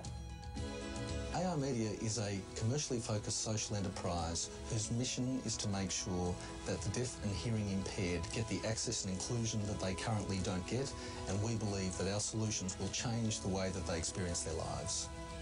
I've seen the value that this has brought to our people who are deaf and hearing impaired already, and I can only see that growing. There's no limitation to having a hearing impairment.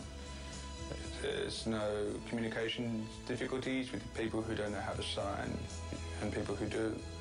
It removes a lot of issues that are present in everyday life for an average hearing impaired or deaf person. The thing about AI Live, it brings it all together. For me, it does. I'm able to walk away feeling like I've actually achieved something because I actually know what was being said, what everybody needs. It's such a fantastic innovation, and you know, when you see the difference it'll make to your deaf and hearing impaired employees' lives, you know, it's pretty spectacular. That transformation journey I've just been on, and it was really exciting.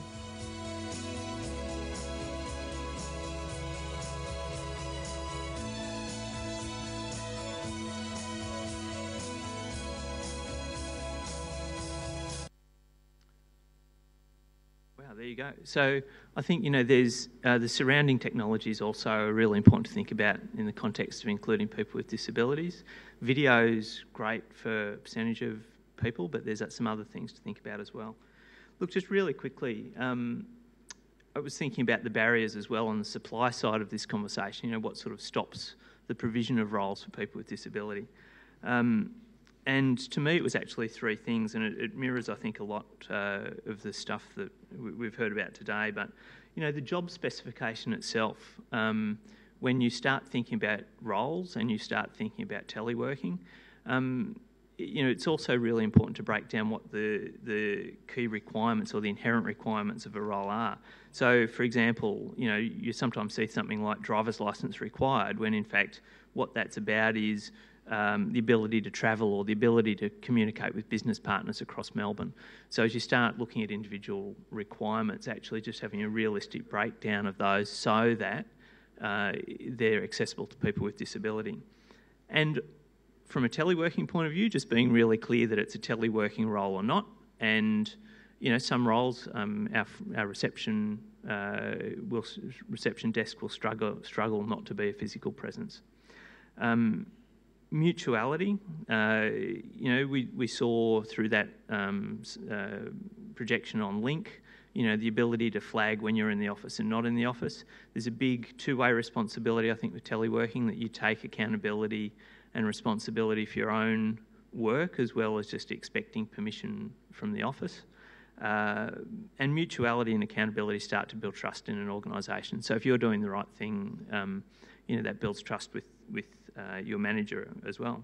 There's a really excellent paper, there's a green paper by the Australian Institute of Management in New South Wales and ACT on the barriers that surround managers, or the myths and how to bust the myths around, or as you approach management and think about those issues. There's a whole range of things covered in that paper. But on a personal note, for me, the role and culture of the organisation, probably to a degree embodied in a manager, was really important. I get to work normally at about 7:30 and finish at 4, lucky me. The reason I do that actually is that a year ago my son tried to kill himself, and that was a really tough time. But from the point of view of work, my ability to get home and look after the back end of the day, my wife still works at Westpac and is home at 8 o'clock and 9 o'clock every night. But the ability for me to look after that back end of the day was really important. Real struggle to keep him positive about school, and when he gets down about that, he starts to threaten his own life again.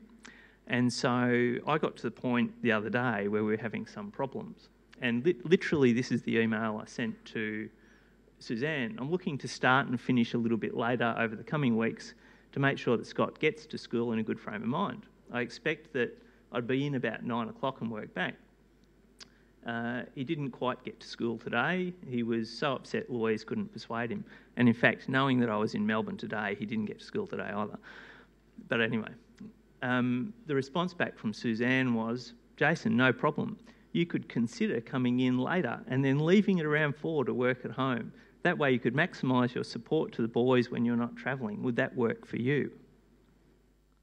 I actually answered back, no, I just feel too guilty. Sorry, I'm going to have to work back. But, there's an element in that of, it really makes a difference when you've got a culture where this stuff is acceptable.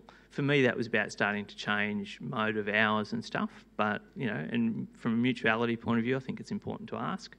But, that keeps me, that sort of attitude keeps me at a company probably when I could do other things as well.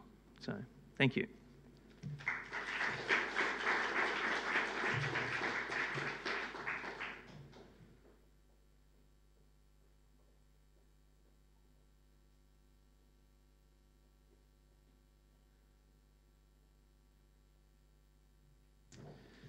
Thank you, Jason. Now, for those watching online, we're just a little bit of minor reconfiguration as we set up for the panel here. Can I thank everyone who's been contributing in the world of social media, especially on Twitter. There's been a very lively level of contribution, so thank you all for who've contributed so far. But it's not too late if you haven't put your toe in the water already. Teleworkforce is the stream for our conversation this afternoon. Now, we have Pip Marlow, who's the Managing Director of Microsoft, who's going to be beaming in from Sydney in the spirit of National Telework Week. I might just add, actually, that Jason featured Westpac and Telstra. They're both partners in National Telework Week as well. So that was terrific to feature them. So on the panel, we're going to have Peter Walton rejoining us. Jason will be rejoining us. Pip, as I said, will be joining us. And the fourth member is Luke Kenny, who is the Chief Executive of a terrific not-for-profit called Church Resources, who I've had the privilege of working with for a number of years. They're, without question, my favourite client, Luke. And I'm not saying that just because you're sitting there. So we'll give you a little bit of insight into them in a moment. So they do a range of things which I shan't preempt, but in the context of technology for social justice, We'll run a very short video clip in just a moment, which gives a different perspective on how technology can change people's lives, and this focuses on the residential aged healthcare sector, particularly in regional locations. And you'll see that technology doesn't have to be that sophisticated to make a profound difference to people's lives and their inclusion and connectivity with the rest of the world.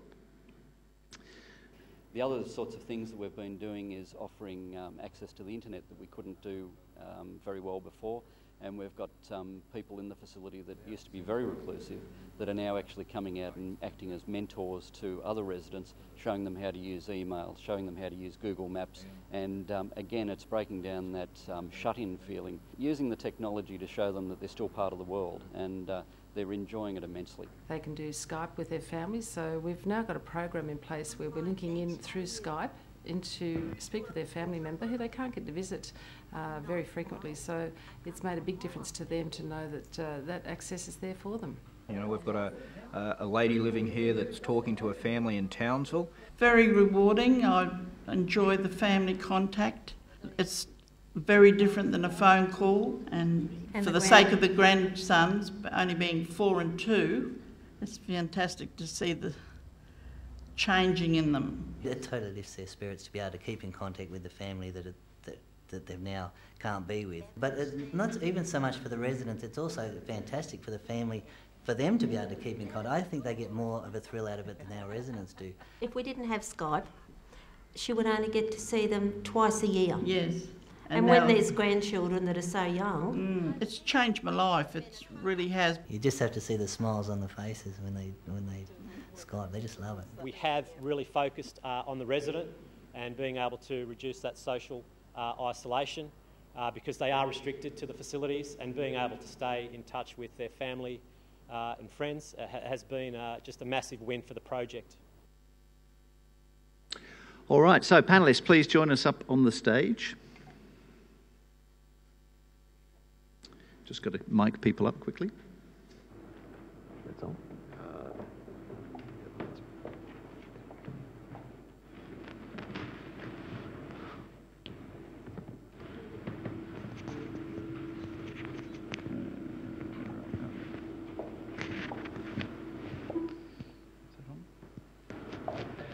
All right. Ooh. Ooh.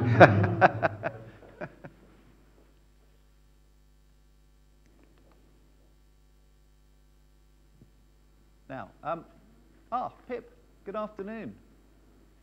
Can you hear us? Hey, I can hear you clearly. Can you hear me? You're a bit faint, but I'm sure you'll be cranked up in just a second. Can you hear me now? We're getting there. I can hear you. I can hear you. Okay, yeah, we can. We can hear you well enough. Okay, thanks for joining us, Pip.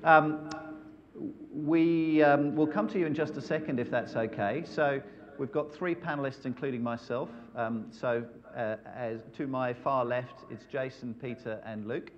So the people in the room here have heard from Jason and Peter this afternoon.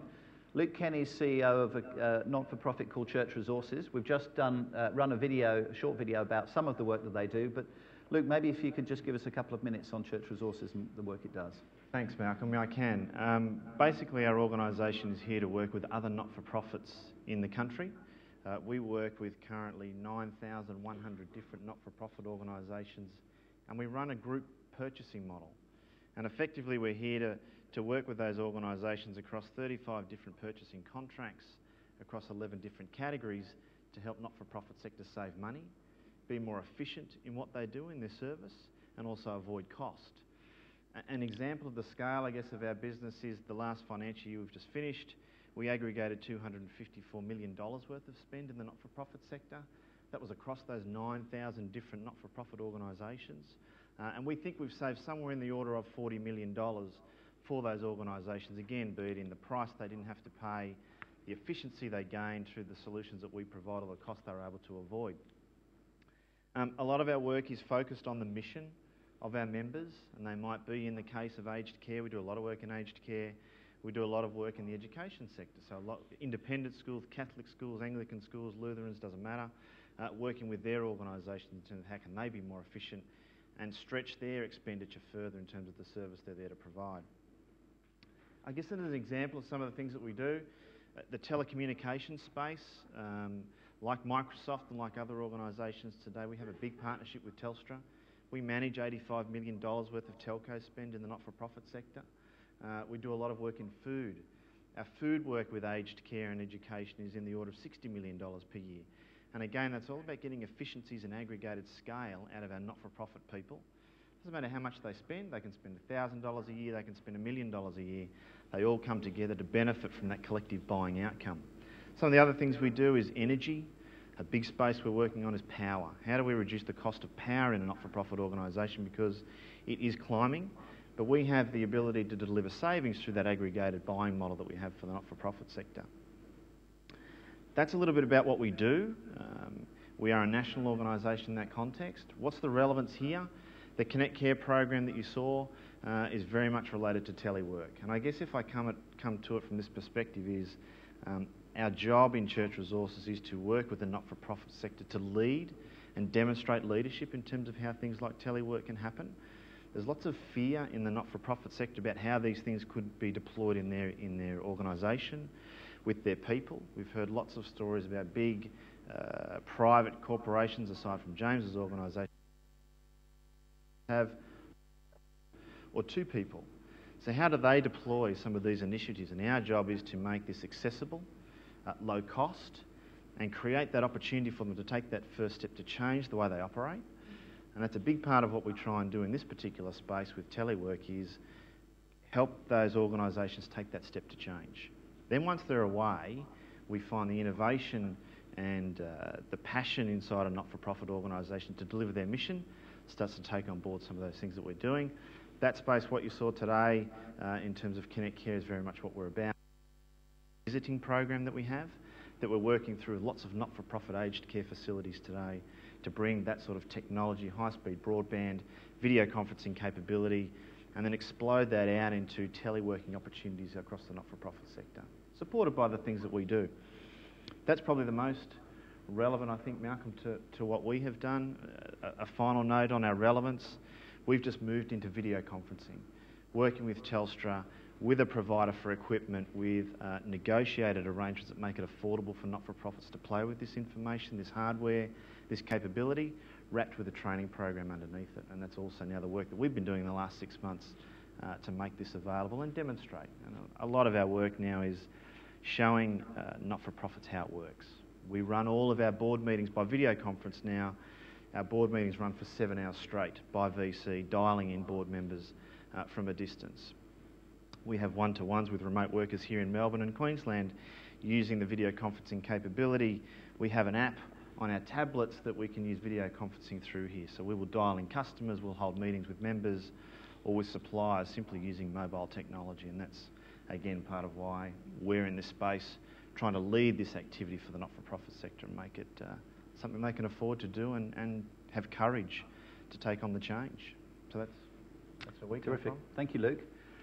Now, Pip, we've heard from Steve. We've seen plenty of Microsoft product demonstrated this afternoon. We've heard from some very enthusiastic customers, so you chose well, except I'm sure they're all very enthusiastic. And we've got some really fascinating insights from Rose on the journey that Microsoft has been through.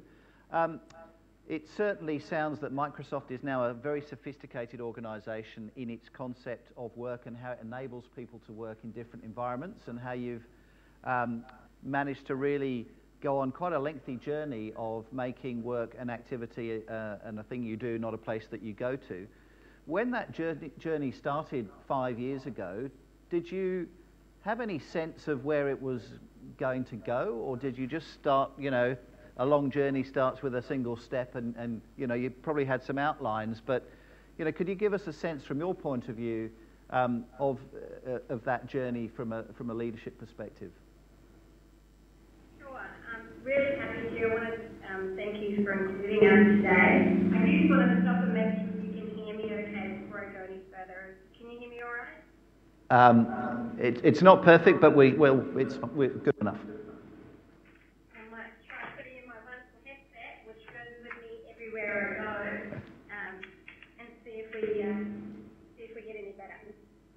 Is that any better? Yep. Or maybe not. You let me type in the little chat box if you want me to stop, okay? Yeah, it's fine, Pip. Okay, so thank you. Thanks for calling us. I wish I could be there in person actually. But I guess sort of fitting during the telework week that I enjoyed you from Sydney. I actually saw Melbourne the last couple of days, and so it would have been great to have been there. But I'm in our Sydney office, but to the point in the question you asked, I guess it doesn't really matter. It could be anywhere. I could be calling you from home. I could be calling you from school and helping out with the kids and taking time to do a work call, the airport, overseas. And really, that's what we envisioned at Microsoft. And I know you heard earlier today from Rose Clements, our HR director, about how for us it really was about enabling our people, freeing up our people from that traditional workspace to give them complete flexibility to achieve the outcomes they need to go and do. And it took a lot to go down that journey because, like many managers, they're used to seeing their employees, that traditional input model. And we had to really revise our culture to focus on being an output model. And you've used the term we use here, that work is a thing you do, not a place you go, and we try to tear down those walls. When we started the journey, we couldn't imagine, I think, every scenario that we would come into, and hence the reason I think culture is such a big part of enabling a teleworking, work from anywhere type model, because you want to be able to have trust, you need to be able to have accountability, you need to be able to deliver on commitments. And so the culture work that we did is exceedingly important, and certainly supplying people with the technology that enables them to do their jobs from anywhere was another exceedingly critical part of it. I've got my headset on with me now. I don't have a desk phone. It's done through software, and I can therefore achieve the outcomes I need to flexibly and from anywhere. Terrific. Anything else that you'd like to add from Microsoft's perspective on teleworking or anything else? You don't have to, but if you'd like to. Yeah, I mean, for me, it is about the potential that it unleashes. For me, historically, the workforce has required you to be able to go into an office and do the work that you need to do. But if you take that tradition away, that heritage away, think about the potential that is unleashed. Now, the recent Deloitte Access Economics report created through the NBN, there's 66% of people with disabilities who are not in the labour force take up teleworking if that was available to them. For me, it's around staff retention, as women go out on maternity leave, giving them the freedom and the flexibility to enter back into the workforce with new and innovative tools that don't require them to be in the office. And I think that's the part I'm proud of, is the potential that leveraging technology and leveraging telework could bring to people. And that's why we were super proud, really, to partner with Infoxchange and Peter and the team there. I think have done a great job at making this real in that sector. And we need more partners than unleashing the potential. So Pip, or Rose, as you're here, is the Microsoft workforce demonstrably more diverse in terms of geographic location, people with disability, any other employment groups that you weren't previously tapping? I think you said Rose in the room. I'm not sure if you're asking if Rose in there. Apologies. Well, I was giving you the option. It's you, Pip. Do you want to go first, Rose? No, it's you, Pip.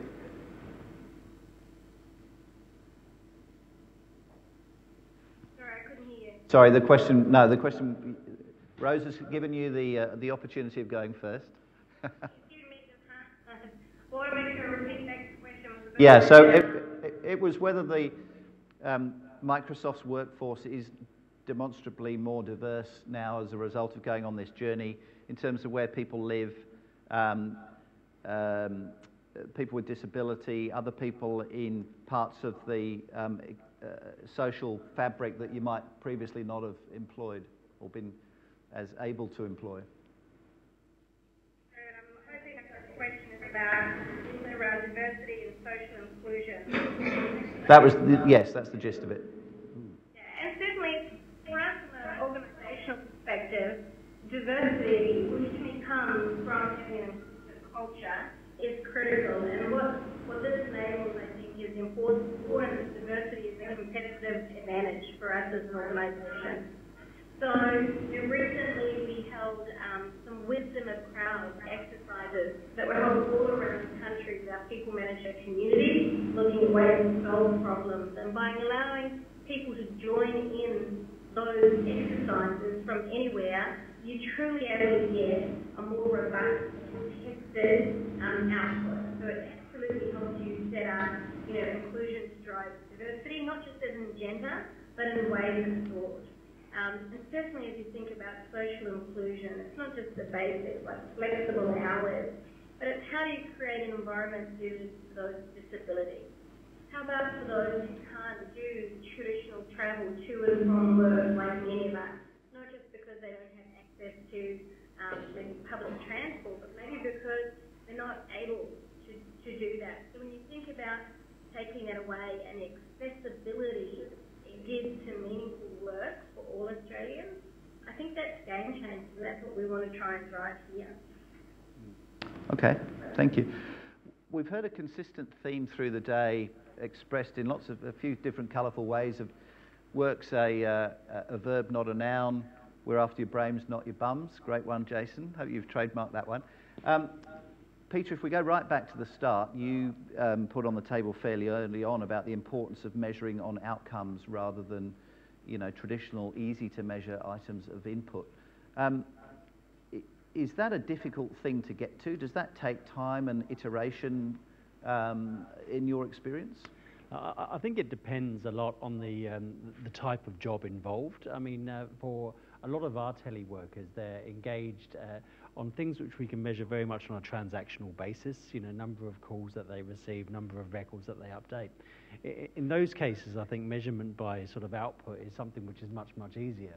I think where it becomes perhaps more complicated is, I guess, some of the knowledge-based positions, some of the sort of the leadership positions, and I think, even Nikki in the earlier presentation was saying when she wants to get some sort of work done at home and needs to concentrate, she'll go to a home environment, and I think that's where it becomes more difficult to actually quantify and where the trust component of telework comes in, because you're not always going to be able to measure an output for example, on a daily basis. But when you take it over a longer period of time and you judge people based on, I guess, their outputs and their outcomes over a period of time, I think you can do it. I don't think there's actually any barrier that prevents you from moving towards looking at what people are achieving as opposed to just what they're doing on a daily basis. Okay. Anyone else like to comment on outputs or outcomes? Between outcomes and outputs? Look, I mean, I think from the perspective of our company, it's been interesting watch that develop, especially with our CEO and the relationship between her and the staff. So I guess a recognition both ways. One that she needs to be able to see the output, and for some of the people in the company, the recognition of mutuality that they need to be able to demonstrate it as well for this to work successfully. So it's not, it's not the sneaking down to get cheese and do your personal emails thing. It's actually, a discussed recognition between the two parties that it's going to be okay to ring up on Friday afternoon to see how everything's going, because you want to kind of debrief at the end of the week. So, explicitly understanding that, making your calendar visible to everyone and keeping it up to date. It's all the small stuff that goes with it that builds trust and builds the accountability, trust, and mutuality through the process. It's not something you can just say, right, now I've got it, I'm going to write it down. In fact, one of the things when I did my business case for getting Office 365 was to rewrite what a day in the life of the company looked like. And it was, we arrived at the team meeting this morning and, here's what Suzanne said, and wrote it as a kind of story about what the day looked like, to try and help the rest of the people kind of envisage what life could be like. Because when you sort of present the technology, people kind of go, oh, you know, I kind of got it, you know, but how does it help me? You know, how does my day change? How does my conversations with members of the network change? You know, what new products can we sell as a result? What new products or services can we offer? You know, how do we engage our bronze members who are largely self-service but now can have webinars basically as often as we like?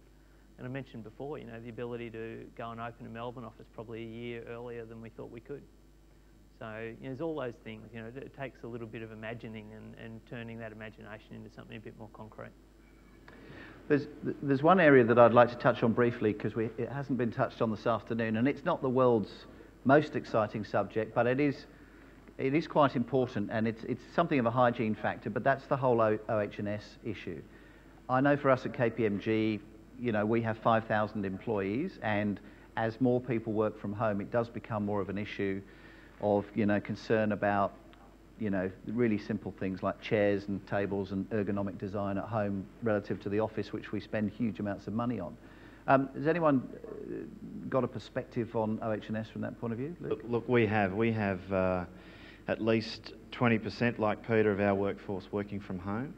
We've taken on, particularly with the new harmonisation of the workplace health and safety legislation and regulation, seriously. Not wanting the new legislation to remove the capacity for our people to work from home, we took the reverse view and took, I guess, a risk approach to how we wanted to keep people working from home. So we went and did home assessments on their workplace, and we went through a criteria of what we needed to see in the home to continue to support the work from home arrangement. Now, we've done that with 10 different people now, my home included, to make sure that A, they understood what obligations they had in terms of a workplace to maintain and keep safe, look at how they were managing themselves in the workspace, but also to encourage them to continue that work practice. And we've talked about retention, attraction of staff. That's the same case here for us. We wanted these people to stay with us. We didn't want the binding elements of WHS to stop them from working from home. So we took that proactive view. We went through the criteria. We did simple things like, with their permission, took photos of the workspace. So we went through our criteria, we marked it off with another person from the business so that there was a witness to what we observed and saw, put photos to it and said, here's the assessment of your workplace. We're happy to continue on this arrangement and we'll check this every 12 months. And so we did take it quite seriously, and it's worked fine, and we've been able to maintain those. But okay, so you took it seriously, but it wasn't overly onerous. It took, we weren't there longer than 30 minutes. But I think what it said for our employees was that our business, Church Resources, was serious about keeping them working from home and keeping them in their role and supporting them what they wanted to do. I'm going to ask one more question, then we'll go to the audience for questions, because we must give them that opportunity. But another thing that came up, again, Peter, you raised this very early on in the day, and I'm certainly very conscious of this from research and things that I've read, which is about career progression. So, you know, organisations are certainly getting to the point at different paces of getting used to people not having to be physically present, but there remains a concern with people that might be fine on a day-to-day basis, but there is a perception, which I suspect is reality in some places, that if you are physically present the majority of the time, in terms of upward progression and promotion in your career, it can be an inhibitor. Pip, could we maybe take that to you first? Did you hear that okay? I think you were talking about, I'll repeat the question back to the work, really talking about the perception of people being in the office and not being in the office and impact on career, etc. Is that what you're talking about? Yes. Well, and career progression if you're somebody who's largely physically out of the office. Yeah, I've looked at, for us, I think, you know, we have to assess, you know, employee productivity, effectiveness and results, not by the amount of time in the office. That's an input model, not an output model. And I don't just mean when I talk about results, I'm not just talking about what you do, because at Microsoft we care about how you do things. The where and the when you do things becomes less relevant when you focus on what you achieve and how you achieve it. And so obviously that means we have to work exceedingly closely with our people managers to help enable them to support them in managing, leading, coaching in that type of environment. How they create a sense of team, how they do things like check-ins in a meeting, which is where basically you go around the table to get everybody's initial sets of minds and where they're at, how we do team huddles in a different way, how we run tight accountability models. Everybody has very clear commitments that they're held accountable to, and we measure and monitor the outputs of those. So if you have a culture, as I say, that focuses on what and how, when and when, become fun and fun. Okay, very good. Did it take some time to get to that point? Or maybe I should rephrase that. Was there any nervousness amongst staff that you detected in the early days that might be an issue for the benefit of other people who are earlier in the journey? Absolutely. I'd say certain teams had more nervousness. There was a little bit of, oh, this is good for other people's jobs, but mine doesn't work that way. And it really had us test the way we thought about work. So can I tell you, everybody jumped on the bandwagon day one and said, no, that's not what happened. Can I tell you that last year, our employee survey, our engagement score went up 5 points. The number one comment is the verbatim that support that. All about being given the tools I need to do my job, the flexible work practice driving engagement, empowerment, trust, and accountability. So yeah, there were areas of friction at the start when people thought that this wouldn't apply to them. But when you test the status quo and realize actually that you don't want to constrain people to a single list of ways to do a particular job, you will be amazed by the creativity and passion of your employees and the gratitude that they have that you enabled all those different scenarios. And it goes a little to the OH&S question you talked about before. We don't think our employees leave their common sense at the door when they leave work. We know that, in general, we want to have a culture of accountability where people feel like they're also responsible to an extent for creating their own work environment. And if they feel like their home is not suited for working, then they should make that choice not to work from there. All right. Thank you, Pip.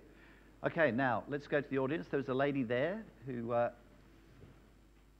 need to go first. Thank you. It's related to occupational health and safety. We work with people who have complex needs and they have a life-ending diagnosis when they come to us. And I wonder how when people are working at home alone, they're working with these types of clients, they're then missing out on that incidental counselling and peer support that they get from their colleagues when they come back into an environment of a team environment, I guess. Peter, I think you said that your employees report a much better or a really good work-life balance. I'm wondering if you can comment on how we could address situations like that. Yeah, sure, happy to, and I think probably Jason will have some comments to add here. I think if I recall my presentation, I said potential of work-life balance, and I think it also needs to be in the context that some people do struggle to disconnect at work.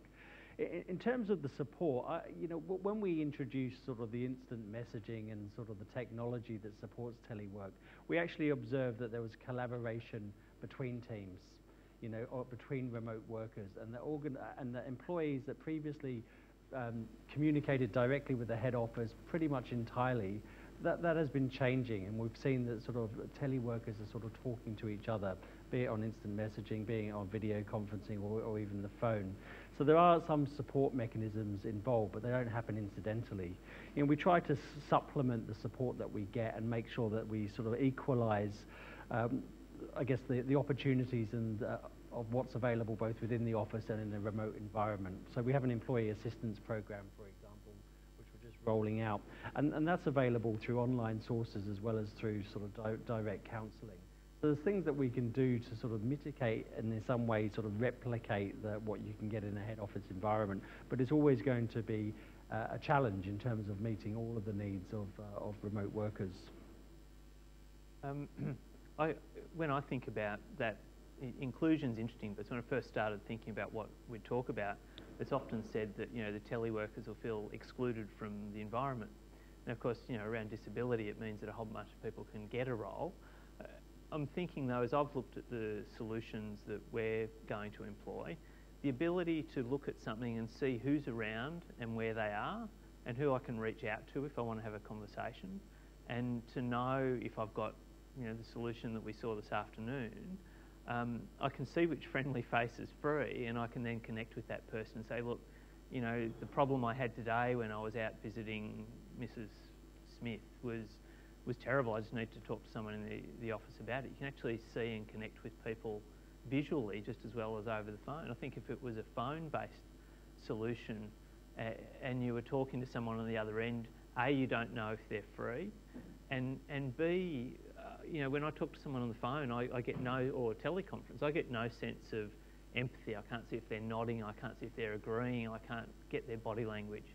So I think this sort of technology really does include people a lot better and gives potentially your people an opportunity to connect with the available people at work, maybe even better.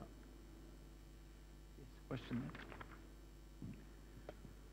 I just wanted to add to that something that Peter and I discussed a few weeks ago, that there's a number of different levels to inclusion, and one of the barriers to inclusion is the long work hours that some people have to have because of the commute they have to get to the roles they have. They need to live in areas that are less expensive, so there's a long commute and it takes them out of their communities. Teleworking actually can give people a different sense of inclusion in their local community, in the lives of their family and friends around them, and I think that's something that is a real, again, I think is a selling point for telework, particularly for people who are in marginalised circumstances, because a disability is not just a physical one, it can also be a financial one, and I think teleworking is an opportunity to address that.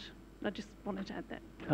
If I may add something to that, we the Infoxchange yesterday, we had an interesting discussion around basically a youth engagement program around getting sort of young people in areas where there's declining manufacturing job opportunities and sort of a lot of high youth unemployment of unskilled labour. And one of the obstacles in this environment was actually just attending a job interview, not having the money to necessarily attend a job interview if there was no guarantee that you'd get a successful outcome. So hubs are also providing an opportunity for just having those online interviews first. And I think there is still a huge sort of cultural shift that needs to take place to make that acceptable, because I think we are still wedded to the idea that we have to see someone face to face immediately to be able to offer them a job. But it is hard. We see as the boundaries of Melbourne are extending. That they build the houses before they build the public infrastructure. Often, the buses don't always go out there. The petrol stations aren't always out there until there's a population that demands it. Those people find it very difficult to engage, and absolutely the technology can make a difference in that regard. I think there's a very interesting topic for another time there. If we all cast our minds forward 50 years, do we think that Sydney and Melbourne will still both have, I don't know what they currently have, but 10 or a dozen buildings of 50 stories plus, or will that have become much more dispersed over a much wider area? There's lots of debates about whether that's an efficient way of infrastructure and travel modes, etc., etc. But as I say, that's maybe a topic for another time, but it's not unrelated. Do we have anyone else in the audience? No? Oh, yes, we have one here.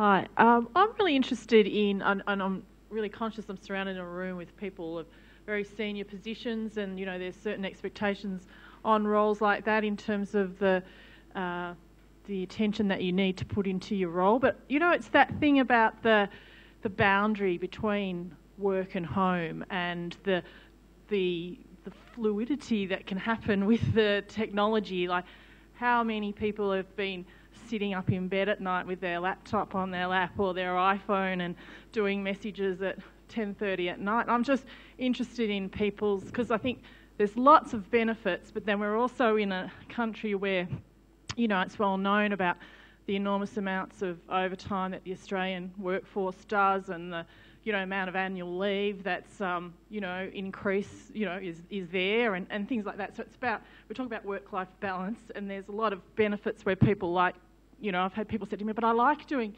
my emails at 10:30 on Sunday night before I come in on Monday morning. But, you know, how do we, you know, sometimes it becomes like it's the expectation then that, oh yeah, I'll send that email because I know they'll look at that on Sunday night before they come in on Monday. So I'm just interested in people's experience of that and what have they done to try and manage it. It's interesting. Mark Scott, the managing director of the ABC, he's a very prolific tweeter and he's obviously very tech savvy, but he frequently says, you know, I never thought that when I got to this stage of life, if I said I was going to bed with a tablet, it would be a thing that looked something like this. Jason, you had your hand up very quickly. I'll put my hand up for this because I worked at Westpac for 20 years, and in the last role I had there, there was a lot to do. It was, but it was 9 and 10 o'clock at night I'd get emails with the expectation that I'd reply, and so my boss's boss wanting to know what was happening with the property here or, you know, whatever, which drove my family to despair. You know, I would literally be sitting at restaurants going like this with, I was BlackBerry back then, you know, I still got the natural reflex, look at that. And it was incredibly disruptive to family life. But, you know, there was just that culture of that's how it worked. Interestingly, my wife's still there, and I mean, she looks after their profit announcement, so this whole month has just been, you know, we just don't see her at all. But then I sort of moved to you know, the type of organisation I'm in now, and 40 hours means 40 hours. Now, the difference in well-being for me between those two things is enormous. Difference in pay is enormous as well, but difference in well-being is actually huge. I just feel so much better with life. It's a huge difference. I still choose to do work after work, but I'm choosing to do that work after work. I don't think there's any easy answers to it or anything. I'm just interested in the you know, experience debate. We have the same discussion internally, and as I say, we have remote workers. The things that we've done in the last 12 or 18 months is about what do these devices do to help you manage that. So, for instance, you've got Outlook, Microsoft Outlook. You can delay your email delivery. So I'll do that on the weekend. See, the point you're touching on, what Jason's talking about, is the expectation at the other end for who gets that email. Do I need to respond now? Because really, your attitude of sending an email on a Sunday assumes that that's their attitude to respond, which is inappropriate, in my view. So then you say, well, why don't I park up those dozen emails I wrote on Sunday afternoon to push out at 8 o'clock Monday morning, which is a reasonable expectation. Or your phone, my HR manager works part-time, and she works one day from home, and the issue was that she was responding to emails on a Thursday and a Friday, which aren't her work days. So taking the iPhone and showing her how to turn off cellular data, so she can still get a phone call, or turn off her emails to her device so she can't see them, so she doesn't automatically respond. And even in her email signature talking about the day she works, just flag it. I don't work Thursday, Friday, so if you don't hear from me, that's why. Just little tips and hints to help people manage that expectation a little bit, and trying to teach our leadership team to be conscious of their behaviour and the effect on others. So Pip, this was obviously a gift wrap question for you. Here you are, Managing Director of Microsoft, 24/7 technology company. Oh. You have to do your aerobics in the office, otherwise the lights go out.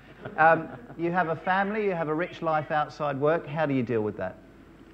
Look, it's a great question, and it's a question I get asked a lot, and it is, to me, it's about the evolution of the term work-life balance, in a lot of ways, work-life integration. Our tools are the same tools. You know, people are doing a separate work phone and a separate, you know, home phone, even mobile, and generally your laptop or your tablet is bringing all your worlds together. And so I'm a mother of two, I'm the managing director of Microsoft, and it has to be about breaking down the walls of how people have traditionally been measured and monitored. And I get you, there are times, by the way, I am on emails 7 late at night. However, the choice I get through enabling, you know, activity-based working and this whole new world of work is there are other times you'll get an out of office to me that says, I'm going to be slow to respond because I'm at tuck shop or I'm at a sports carnival. And you know what? I'm able to maybe work from home that morning, then go to the event. I might have worked from home, worked from the sports field, and then I may be in the office later that day. depending on what the activity I have is. The important thing I find is the situation is it can't be a one-way scenario. If the scenario is only about enabling work to get at me in more places, that's not harmonious, that's not the integration. It's got to be about having a culture that says, actually this is about choice and flexibility, because actually the challenges and the things I need to do are maybe different than what Peter needs to do. I have a kid. I've got 2 kids, year 6 and year 3. I want to do some things at school occasionally. Somebody else might have a disability and they can't travel on certain days. Somebody else might have study and want to be able to do some study. So if you enable choice and if you give people that technology to be able to work from home or work from anywhere, you've got to balance that with the right culture that absolutely allows you to embrace the choice and get the benefits from the choice, not just a one-way ticket. And I think that's the thing. That's why you can't, in my opinion, enable teleworking without enabling and working on the culture that supports it so that you get the best of both worlds. Okay, I'll give you one of my tips. So I have a laptop sitting over there. I've got an iPad sitting on my lap. I have one of these sitting here. But I also have, I put it in there. But I have the plainest, oldest, clapped out phone, and if I could still buy one without a camera, I would. So that at the weekends, if I'm at sport or something, all you can contact me by is phone or text. And I'm not even tempted to look at emails or do anything else. So that's one of my, people see me with that and they go, what on earth are you doing, Mr. Digital Economy? What are you doing with that? Well, there's a very real reason. One of the other side benefits is you can actually then hold that to your ear and fiddle about and read stuff as well at the same time. Anyway, that's one of my tips of the trade. Look, I'm conscious of the time. It's very nearly 5:10. There are refreshments waiting outside, which sadly you won't be able to share in. Pip, until we get to real Star Trek world, that's one thing we can't yet do remotely. But thank you very much for your time. Thank you, and of course your support of the day. Thank you everybody out there in Bolivia and all the other parts of the world that have been watching us today. Thank you everyone who's contributed through social media. Thank you everyone particularly in the room, and obviously thank you very much to all the people who've spoken. I think what I take out of this is that whilst yes there are some challenges and there are obviously balances and complexities around technology, around culture, around leadership, around performance metrics, which, we won't kid ourselves, are easy to get right first time. But I think if you look at the benefits to individuals, to the economy overall, to organisations, and particularly to people who otherwise might be disadvantaged, the benefits to be had when we crack the code on this and all become collectively mature over time, and the environment, I think are quite colossal. So thank you everybody for joining us here. Peter, I don't know if you want to say any final words on behalf of Infoxchange. Oh, yeah, I do, thank you. Once again, thank you to Microsoft and to KPMG. I think we were really keen during National Telework Week that the focus, around productivity and around the impact on the environment, which vitally important, doesn't necessarily overshadow the huge transformative effect that telework can have in the not-for-profit sector and for people with some disadvantage within Australia. So I think if we can really push that and you gain something out of today for your organisation, we'll be thrilled with that. So thank you very much for coming along. Thank you. All right. Thanks, Pip. And now please join us outside.